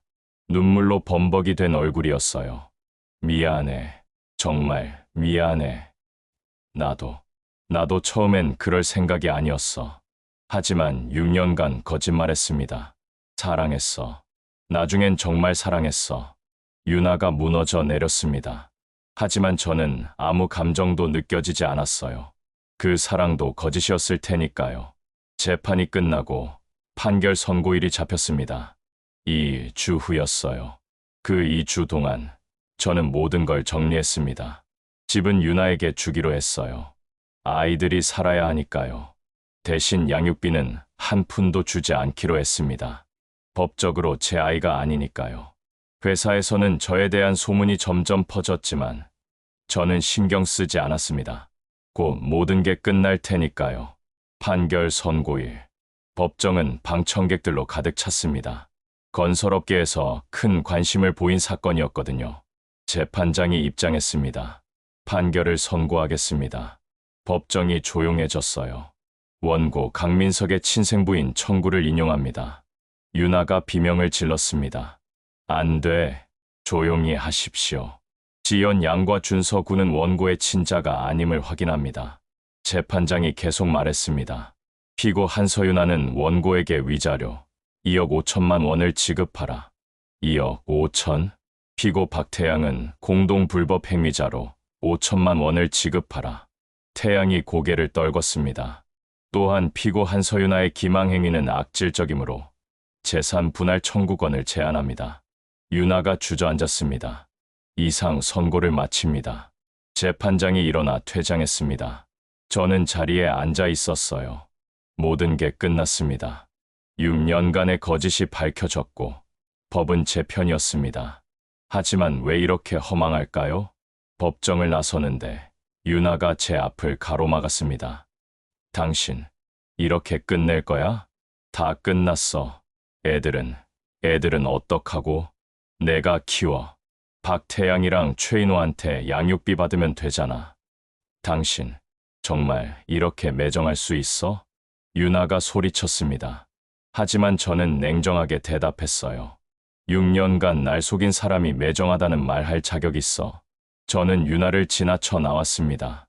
복도에서 박태양이 기다리고 있었어요. 상무님, 이제 남이야. 다시는 연락하지 마. 알겠습니다. 태양이 고개를 숙였습니다. 저는 법원을 나와 차에 올랐습니다. 시동을 걸고 한강대로를 향해 달렸어요. 핸드폰이 울렸습니다. 유나였지만 받지 않았습니다. 문자가 왔습니다. 지연이가 아빠 보고 싶다고 울어. 한 번만이라도. 저는 문자를 삭제했습니다. 아이들에게 미안하지만 어쩔 수 없어. 한강 다리를 건너며 저는 지난 6년을 떠올렸습니다. 행복했던 순간들, 사랑스러웠던 기억들. 하지만 그 모든 게 거짓이었습니다. 이제 새로운 인생을 시작해야 했어요. 진실 위에 세운 혼자만의 인생을. 판결이 확정되고 한 달이 지났습니다. 유나는 목동 아파트에서 쫓겨났어요. 재산 분할이 제한됐고 위자료 2억 5천만 원을 갚아야 했거든요. 유나는 작은 원룸으로 이사했습니다. 새 아이를 데리고요. 박태양도 5천만 원을 갚기 위해 아르바이트를 전전했습니다. 건설 면허가 정지돼서 제대로 된 일을 구할 수 없었어요.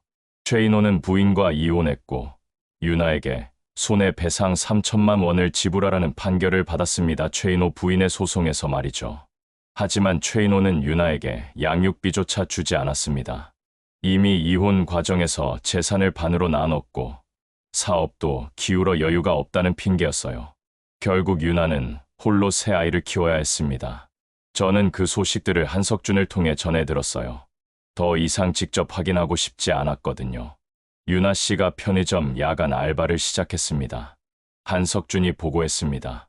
셋째는 어디에 맡기고? 지연 양이 돌보고 있다더군요. 6살짜리가. 저는 가슴이 답답했지만 고개를 저었습니다. 내 책임이 아니야. 유나가 자초한 일이야. 회사에서는 제 복귀를 환영했습니다. 대표이사가 저를 불렀어요. 강 상무, 힘든 시간 보냈지만 잘 이겨냈습니다. 앞으로도 회사를 위해 힘써 주시길. 감사합니다, 대표님. 하지만 동료들의 시선은 여전히 불편했습니다. 불쌍하다, 힘들었겠다는 동정, 어린 눈빛. 저는 그런 시선들이 싫었어요. 한 달 후, 저는 사표를 냈습니다. 강 상무, 왜 그러십니까? 여기서 잘하고 계신데 새로운 시작을 하고 싶습니다. 저는 20년 다닌 회사를 떠났습니다. 그리고 작은 건설 컨설팅 회사에 들어갔어요. 규모는 작았지만 아무도 제 과거를 모르는 곳이었습니다.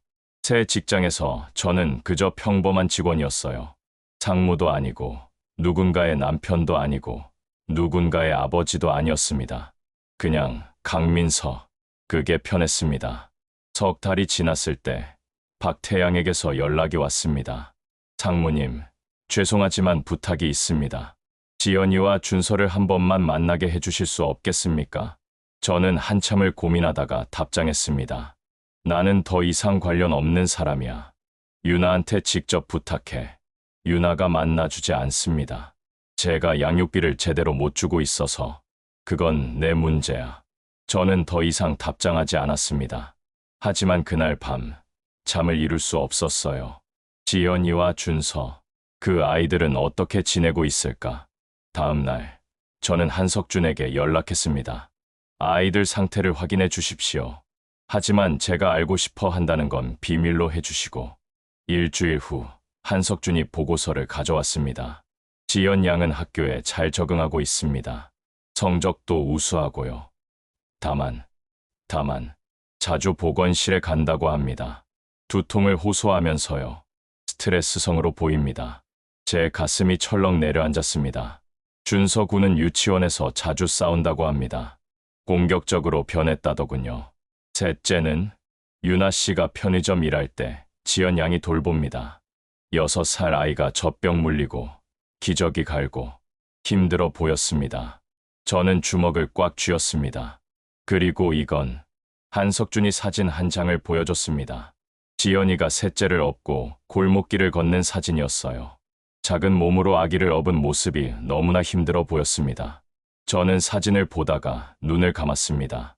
아이들은 죄가 없는데. 하지만 저는 고개를 저었어요. 아니야. 나는 더 이상 그 아이들의 아빠가 아니야. 6개월이 지났습니다. 어느 날 회사에서 퇴근하는데 낯익은 얼굴을 봤습니다. 이혜진이었어요. 유나의 옛 동료. 상무님, 아니, 강민석 씨, 안녕하세요. 잠깐 얘기 좀 할 수 있을까요? 우리는 근처 카페로 갔습니다. 유나 언니 얘기 들으셨어요? 아니요. 듣고 싶지도 않고요. 그래도 한 번쯤은 들어보셔야 할 것 같아서. 이혜진이 한숨을 쉬었습니다. 유나 언니가 많이 힘들어해요. 제 아이 키우면서 밤에는 편의점 일하고 낮에는 청소 일하고 자업자득이죠. 제 목소리가 차갑게 나왔습니다. 알아요. 언니가 잘못했죠. 하지만 아이들은, 특히 지연이가 너무 힘들어해요. 학교에서 따돌림 당한대요. 아빠가 다른 애들이라고. 제 손이 떨렸습니다. 그리고 준서는 유치원을 그만뒀어요. 돈이 없어서. 지연이가 학교 갔다 오면 준서를 돌보고, 밤엔 셋째를 돌보고. 왜 저한테 이런 얘기를 하는 겁니까? 미안해요. 하지만 아이들이 너무 불쌍해서 전 더 이상 그 아이들과 관계없습니다. 저는 자리에서 일어났습니다. 강민석 씨, 이혜진이 저를 불렀습니다. 유나 언니는 용서 못해도 아이들은 한 번만 생각해 주세요. 6년이나 아빠였잖아요. 저는 대답 없이 카페를 나왔습니다. 그날 밤, 저는 잠들지 못했습니다. 6년이나 아빠였잖아요. 이혜진의 말이 귓가에 맴돌았어요. 지연이가 처음 아빠라고 불렀을 때, 준서가 제 품에 안겨 잠들었을 때, 그 모든 순간들이 떠올랐습니다. 하지만 저는 고개를 저었어요. 아니야, 그건 거짓이었어. 나는 그 아이들의 아빠가 아니야. 1년이 가까워질 무렵, 유나가 쓰러졌다는 소식을 들었습니다. 과로로 쓰러져 병원에 실려갔다더군요. 지연이가 119에 전화해서 구급차를 불렀다고 했습니다. 6살짜리가. 저는 병원으로 달려갔습니다. 응급실 앞에 지연이와 준서, 그리고 유모차에 탄 셋째가 있었어요. 아빠. 지연이가 저를 보고 달려왔습니다. 저는 멈칫했지만 지연이는 제 다리를 껴안았어요. 아빠, 엄마가 안 일어나요. 지연이가 울먹였습니다. 저는 지연이의 머리를 쓰다듬으려다가 손을 걷었습니다. 나는 너희 아빠가 아니야. 아빠. 준서도 다가왔습니다. 아빠, 우리 잘못했어. 아빠가 화났어? 제 가슴이 무너져 내렸습니다. 아니야. 너희 잘못이 아니야. 그때 의사가 나왔습니다. 보호자분이십니까? 아닙니다. 환자가 심한 영양실조와 과로로 쓰러졌습니다. 당분간 입원 치료가 필요합니다. 아이들은 누가 돌보시겠습니까? 의사가 아이들을 보며 물었습니다. 저는 대답할 수 없었어요. 지연이가 제 손을 꽉 잡았습니다. 아빠, 우리 어떻게? 그 순간 저는 깨달았습니다. 법적으로는 아빠가 아닐지 몰라도 6년간 제가 아빠였다는 사실은 변하지 않는다는 것을, 아이들에게 저는 여전히 아빠라는 것을. 하지만 저는 고개를 저었습니다. 박태양한테 연락해봐. 그 사람이 너희 진짜 아빠니까. 저는 돌아서려 했습니다. 아빠, 가지마. 준서가 제 다리를 붙잡았어요. 아빠, 우리 잘할게. 말 잘 들을게. 그러니까 가지마. 저는 준서의 손을 떼어냈습니다. 미안하다. 저는 병원을 나왔습니다. 뒤에서 아이들의 울음소리가 들렸지만 뒤돌아보지 않았어요. 차에 올라 시동을 걸었습니다. 100미러의 병원이 비쳤어요. 이게 맞는 건가? 하지만 저는 엑셀러레이터를 밟았습니다. 집으로, 아니, 호텔로 가야 했습니다. 저는 이제 혼자였으니까요. 그날 밤, 저는 처음으로 소리내어 울었습니다. 6년간 쌓아온 모든 것을 잃었다는 상실감, 아이들을 떠나보낸 죄책감, 그리고 홀로 남겨진 외로움, 모든 것이 한꺼번에 몰려왔습니다. 나는 무엇을 위해 싸운 걸까? 진실을 밝히기 위해서? 복수하기 위해서? 하지만 진실을 밝혔다고 해서, 복수했다고 해서 제가 행복해진 건 아니었습니다. 오히려 모든 걸 잃었을 뿐이었어요. 다음 날, 저는 박태양에게 전화를 걸었습니다. 유나가 병원에 입원했어. 아이들 좀 돌봐줘. 알겠습니다. 박태양의 목소리는 힘이 없었습니다. 그리고 양육비 제대로 줘. 네, 아이들이잖아. 노력하겠습니다. 저는 전화를 끊었습니다. 그게 제가 할 수 있는 전부였어요. 1년이 다 되어갈 무렵, 저는 새 아파트를 구했습니다. 여의도에 있는 작은 오피스텔 24평이었어요. 혼자 살기에 딱 좋은 크기였습니다.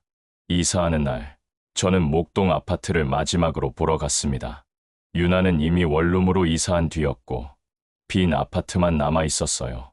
저는 거실을 둘러봤습니다. 가족 사진이 걸려있던 벽, 아이들이 뛰어놀던 바다, 함께 식사했던 식탁, 모든 게 그대로인데 아무것도 남아있지 않았습니다. 저는 안방으로 갔습니다. 유나와 함께 잤던 침대가 있던 자리를 바라봤어요. 여기서 6년을 살았구나. 거짓 위에 세워진 6년. 하지만 그 순간순간은 분명 행복했었습니다. 저는 아이들 방으로 갔습니다.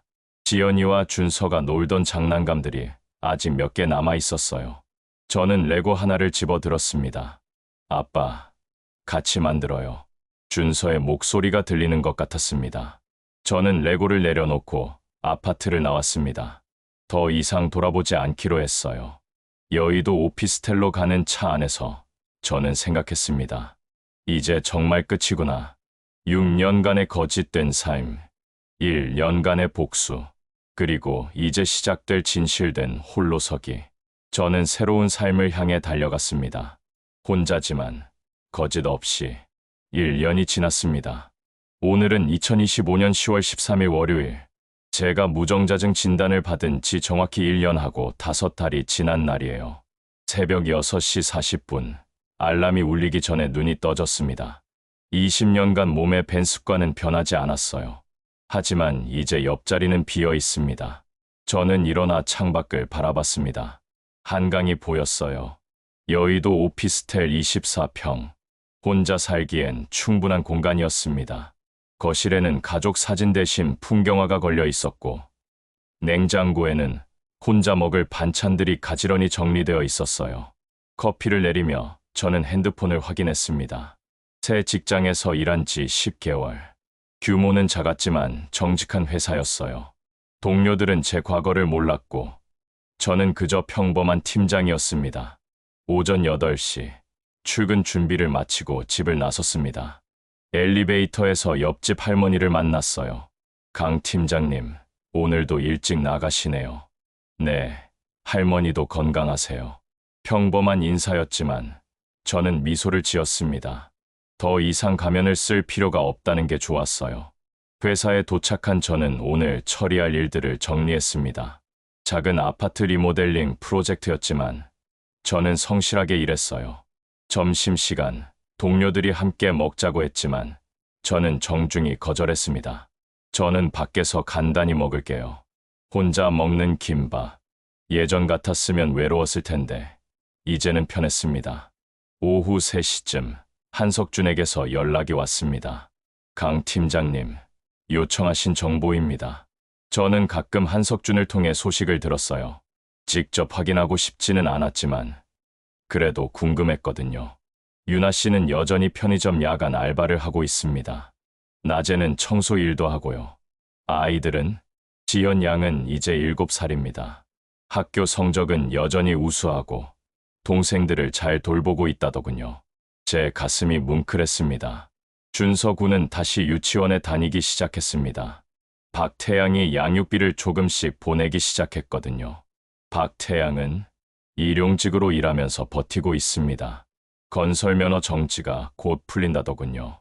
최인호는 사업이 완전히 망했습니다. 양육비는 한 푼도 안 보내고 있고요. 저는 한숨을 쉬었습니다. 셋째는 건강한가요?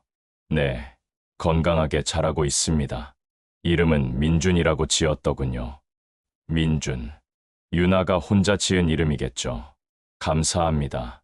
이 정도면 충분합니다. 저는 전화를 끊었습니다. 아이들이 건강하다니 그걸로 됐습니다. 저녁 7시 퇴근해서 집 근처 작은 식당에 들렀어요. 사장님, 김치찌개 하나요. 혼자 드세요. 쓸쓸하시겠어요. 아니에요. 오히려 편해요. 진심이었습니다. 거짓 없는 혼자가 거짓된 가족보다 나았으니까요. 집으로 돌아온 저는 TV를 켰습니다. 뉴스에서 육아 정책에 대한 보도가 나왔어요. 화면에 나온 아이들을 보며 저는 지연이와 준서를 떠올렸습니다. 가끔 길에서 아이들을 봤다는 지인의 전화를 받았어요. 지연이가 많이 컸더라. 의젓해 보이던데. 준서는 여전히 장난꾸러기더라. 저는 그런 소식을 들으면 미소를 지었습니다. 아이들이 잘 자라고 있다니 다행이었어요. 하지만 찾아가지는 않았습니다. 그게 아이들을 위한 일이라고 생각했거든요. 밤 9시, 저는 책상 앞에 앉았습니다. 1년 전부터 쓰기 시작한 일기장을 펼쳤어요. 2025년 10월 13일. 오늘도 평온했다. 거짓이 없는 하루. 혼자지만 외롭지 않다. 이제야 진짜 내 인생을 사는 것 같다. 펜을 내려놓고 저는 창밖을 바라봤습니다. 한강의 불빛들이 반짝이고 있었어요. 1년 전 그날 밤, 절망에 빠져 있던 제 모습이 떠올랐습니다. 그때는 모든 걸 잃었다고 생각했어요. 하지만 사실은 거짓을 벗어던진 거였습니다. 무거운 가면을 벗고 진짜 저를 찾은 거였죠. 핸드폰이 울렸습니다. 모르는 번호였지만 저는 받았어요. 여보세요? 아빠. 제 심장이 멎는 것 같았습니다. 지현이의 목소리였어요. 지현이, 너, 아빠, 나야. 지현이, 어떻게 내 번호를 박태양 아저씨한테 물어봤어. 아빠 목소리 듣고 싶었어. 저는 말문이 막혔습니다. 아빠, 우리 잘 지내고 있어. 걱정 마. 준서도 유치원 다니고 민준이도 건강하게 자라고 있어. 엄마도 많이 좋아졌어. 지연이의 목소리는 의젓했습니다. 7살이라고 믿기지 않을 정도로요. 아빠는 잘 지내? 응, 아빠도 잘 지내고 있어. 아빠, 보고 싶어. 그 말에 제 눈에서 눈물이 흘렀습니다. 나도 보고 싶어. 그럼 와, 우리 보러. 지현아, 아빠가 우리 진짜 아빠 아니어도 괜찮아. 나는 아빠가 아빠였으면 좋겠어. 저는 울음을 참을 수 없었습니다. 미안하다. 지현아, 정말 미안해. 아빠, 울지 마. 나 괜찮아. 우리 다 괜찮아. 아빠, 사랑해. 나도 사랑해. 지연아. 전화가 끊겼습니다. 저는 한참을 그 자리에 앉아 있었어요. 아빠가 우리 진짜 아빠 아니어도 괜찮아. 지연이의 말이 가슴에 새겨졌습니다. 법적으로는 아빠가 아닐지 몰라도 정서적으로는 여전히 아빠였던 거예요.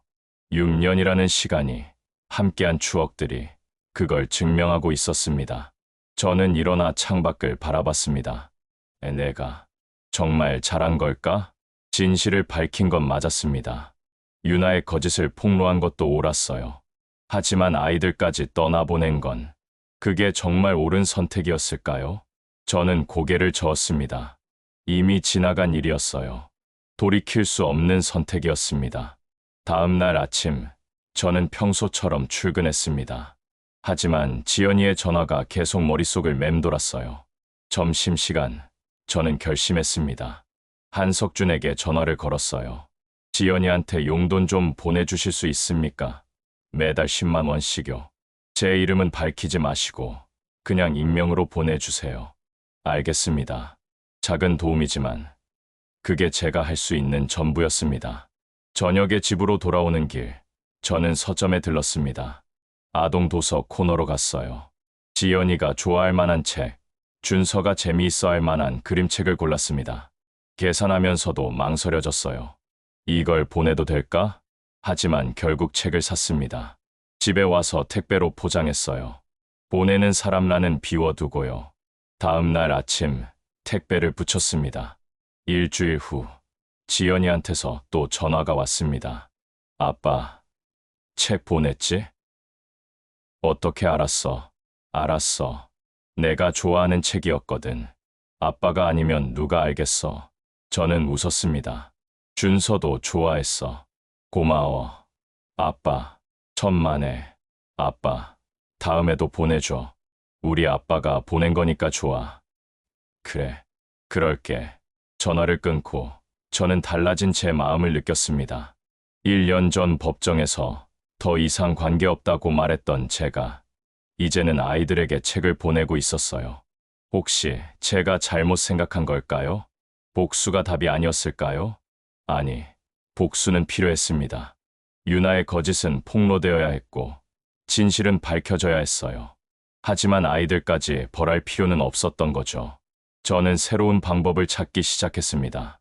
유나와는 관계를 끊되 아이들과는 조금씩 연결을 유지 제 시도가 꾸 계속하는 방법이요. 한 달에 한 번, 익명으로 책을 보냈습니다.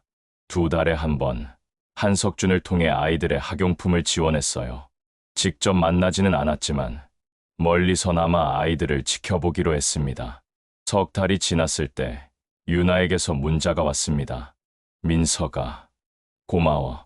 아이들한테 보내주는 거 알고 있어. 미안하고 고마워. 저는 답장하지 않았습니다. 유나와는 더 이상 할 말이 없었으니까요. 하지만 아이들과는 달랐어요. 지연이는 매달 전화를 했고, 저는 그 전화를 기다리게 됐습니다. 아빠, 오늘 시험 100점 맞았어. 잘했네. 우리 지연이. 준서가 유치원에서 상 받았어. 그래. 준서 대단한데?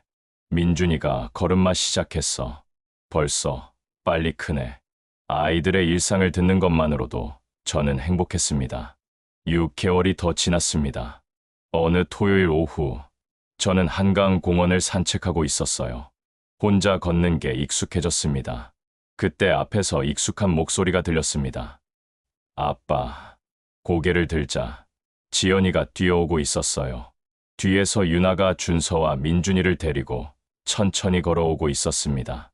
지현아, 아빠, 우연이다. 여기서 만나다니. 우연이 아니었을 겁니다. 지연이가 일부러 찾아온 거겠죠. 아빠, 준서도 달려왔습니다. 이제 6살이 된 준서는 많이 자랐더군요. 준서야, 아빠, 나 기억해? 당연하지. 저는 주저앉아 준서를 안았습니다. 1년 반 만에 느끼는 아이의 체온, 그리운 느낌이었어요. 유나가 다가왔습니다. 유모차에 민준이가 앉아 있었어요. 민서가. 저는 대답하지 않았습니다. 미안해. 정말 미안해. 유나의 눈에 눈물이 고였습니다. 아이들한테 계속 책이랑 용돈 보내주는 거 알아. 고마워. 아이들을 위한 거예요. 당신을 위한 게 아니고. 알아. 그래도 고마워. 지연이가 제 손을 잡았습니다. 아빠, 같이 놀아요. 조금만이라도. 저는 지연이를 바라봤습니다. 그래, 조금만. 우리는 한강공원 벤치에 앉았어요. 유나는 조금 떨어진 곳에서 민준이를 돌보고, 저는 지연이 준서와 함께 있었습니다. 아빠, 우리 학교에서 그림 대회 나갔어. 그래, 무슨 그림 그렸는데? 가족 그림. 아빠도 그렸어. 제 가슴이 뜨거워졌습니다. 근데 선생님이 그러는데, 아빠가 진짜 아빠 아니래. 맞아? 지연이가 물었습니다. 저는 한참을 망설이다 고개를 끄덕였어요. 그래, 법적으로는 아빠가 아니야. 그럼 박태양 아저씨가 진짜 아빠야. 생물학적으로는 그래. 지연이가 고개를 갸우뚱했습니다. 그게 무슨 말이야? 지연이를 낳은 사람이 박태양이라는 거야. 그럼 아빠는 지연이를 키운 사람이야. 지연이가 잠시 생각하더니 말했습니다. 그럼 아빠가 진짜 아빠네. 나 키워줬으니까. 그 말에 저는 눈물이 날 뻔했습니다. 그치, 아빠? 그래, 지연아. 준서가 끼어들었습니다. 나도 아빠가 진짜 아빠야. 그래, 준서도. 두 아이를 안았습니다. 1년 반 만에 느끼는 이 감정. 법적으로는 아빠가 아니어도 마음속으로는 여전히 아빠였어요. 1시간쯤 지났을까요? 저는 일어났습니다.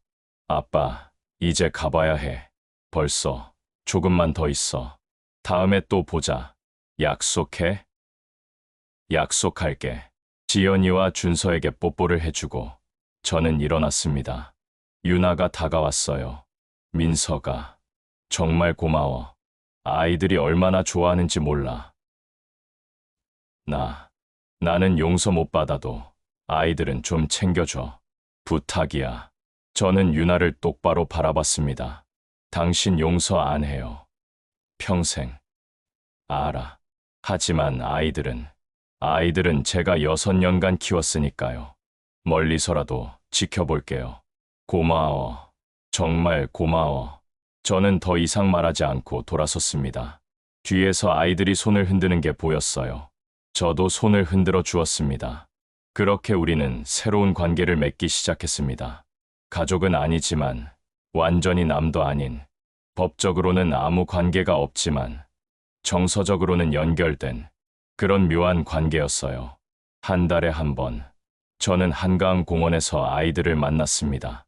유나는 항상 멀리 떨어져 있었고, 저는 아이들하고만 시간을 보냈어요. 지연이는 저에게 학교 이야기를 했고, 준서는 제 품에 안겨 잠들곤 했습니다. 민준이도 점점 자라서 이제는 저를 보고 웃었어요. 비록 제가 낳은 아이는 아니지만 그래도 귀여웠습니다. 박태양도 가끔 아이들을 만났다고 들었어요. 양육비도 꾸준히 보내고 있다더군요.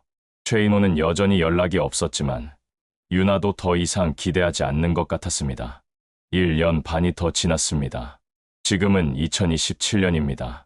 지연이는 9살이 되었고 준서는 8살, 민준이는 3살이 되었어요. 저는 여전히 여의도 오피스텔에서 혼자 살고 있습니다. 새 직장에서 2년 반을 일했고 이제는 부장으로 승진했어요. 연애는 하지 않았습니다. 할 생각도 없었고요. 한 번의 배신으로 충분했으니까요. 하지만 외롭지는 않았습니다. 매달 한 번씩 아이들을 만났고 지연이는 일주일에 한 번씩 전화를 했어요. 아빠, 보고 싶어. 나도 보고 싶어. 지연아, 다음 주 토요일에 또 만나자. 그래, 약속. 어느 토요일, 저는 아이들을 만나러 한강 공원에 갔습니다. 지연이와 준서가 뛰어왔어요. 아빠, 왔구나. 민준이도 이제는 혼자 걸어왔습니다.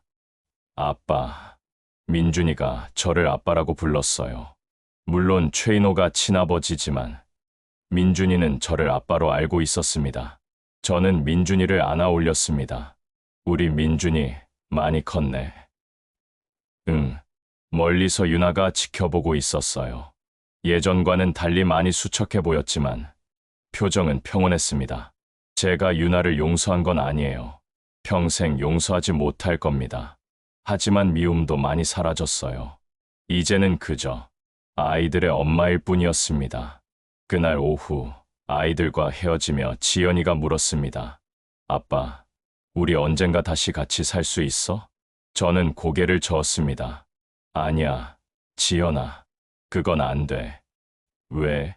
엄마하고 아빠는 더 이상 부부가 아니니까. 그럼 아빠는 우리 아빠 아니야? 아빠는 지연이 아빠야. 준서 아빠고 민준이 아빠야. 같이 안 살아도? 그래, 같이 안 살아도. 지연이가 한참을 생각하더니 고개를 끄덕였습니다. 알았어. 그럼 이렇게라도 계속 만나자. 그래, 계속 만나자. 지연이를 안아주고 저는 공원을 나왔습니다. 집으로 돌아오는 길, 저는 생각했습니다. 3년 전 무정자증 진단을 받았을 때의 그 충격, 6년간의 거짓이 밝혀졌을 때의 그 배신감, 모든 걸 잃었다고 생각했던 그때. 하지만 지금 돌이켜보니 제가 잃은 건 거짓된 행복이었어요. 그리고 얻은 건 진실된 삶이었습니다. 비록 혼자지만 더 이상 거짓말 속에서 살지 않아도 되는 삶. 법적으로는 아빠가 아니지만 여전히 아이들의 마음속 아빠로 남을 수 있는 삶. 저는 집에 도착해서 일기를 썼습니다. 2027년 10월. 오늘 아이들을 만났다. 지연이는 의젓해졌고 준서는 여전히 장난꾸러기고 민준이는 많이 컸다. 나는 여전히 혼자 산다. 하지만 외롭지 않다. 진실 위에 선 삶은 비록 쓸쓸해도 거짓 위에 행복보다 낫다. 그리고 깨달았다. 가족이란 피가 아니라 함께한 시간이 만드는 것임을, 법이 아니라 마음이 결정하는 것임을. 일기를 덮고 저는 창밖을 바라봤습니다. 한강의 불빛이 여전히 반짝이고 있었어요. 3년 전 그날 밤, 모든 것을 잃었다고 절망했던 그 자리에서 이제 저는 새로운 의미를 찾았습니다.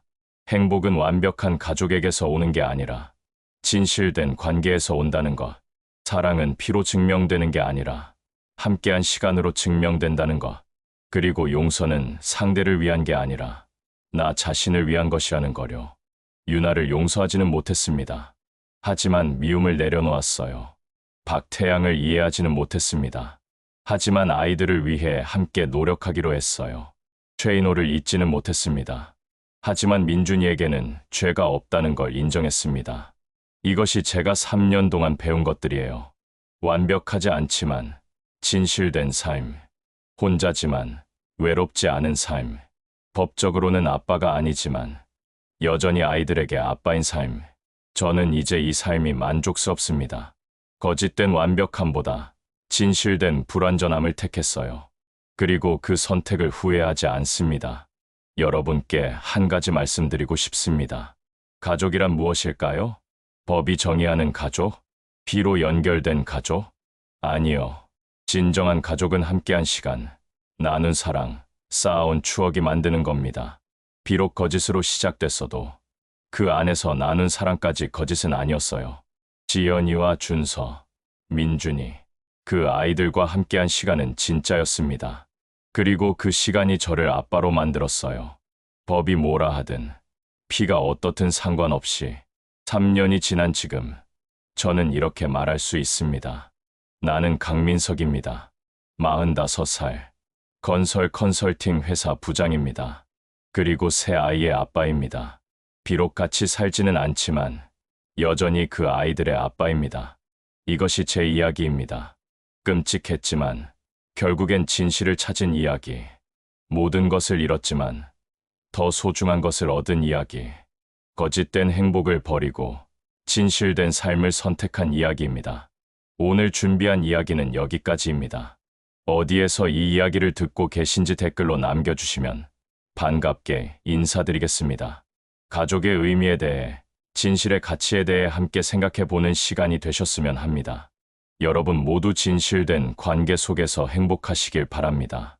오늘도 많이 행복하시고 건강한 하루 보내세요. 다음에 더 좋은 이야기로 찾아뵙겠습니다.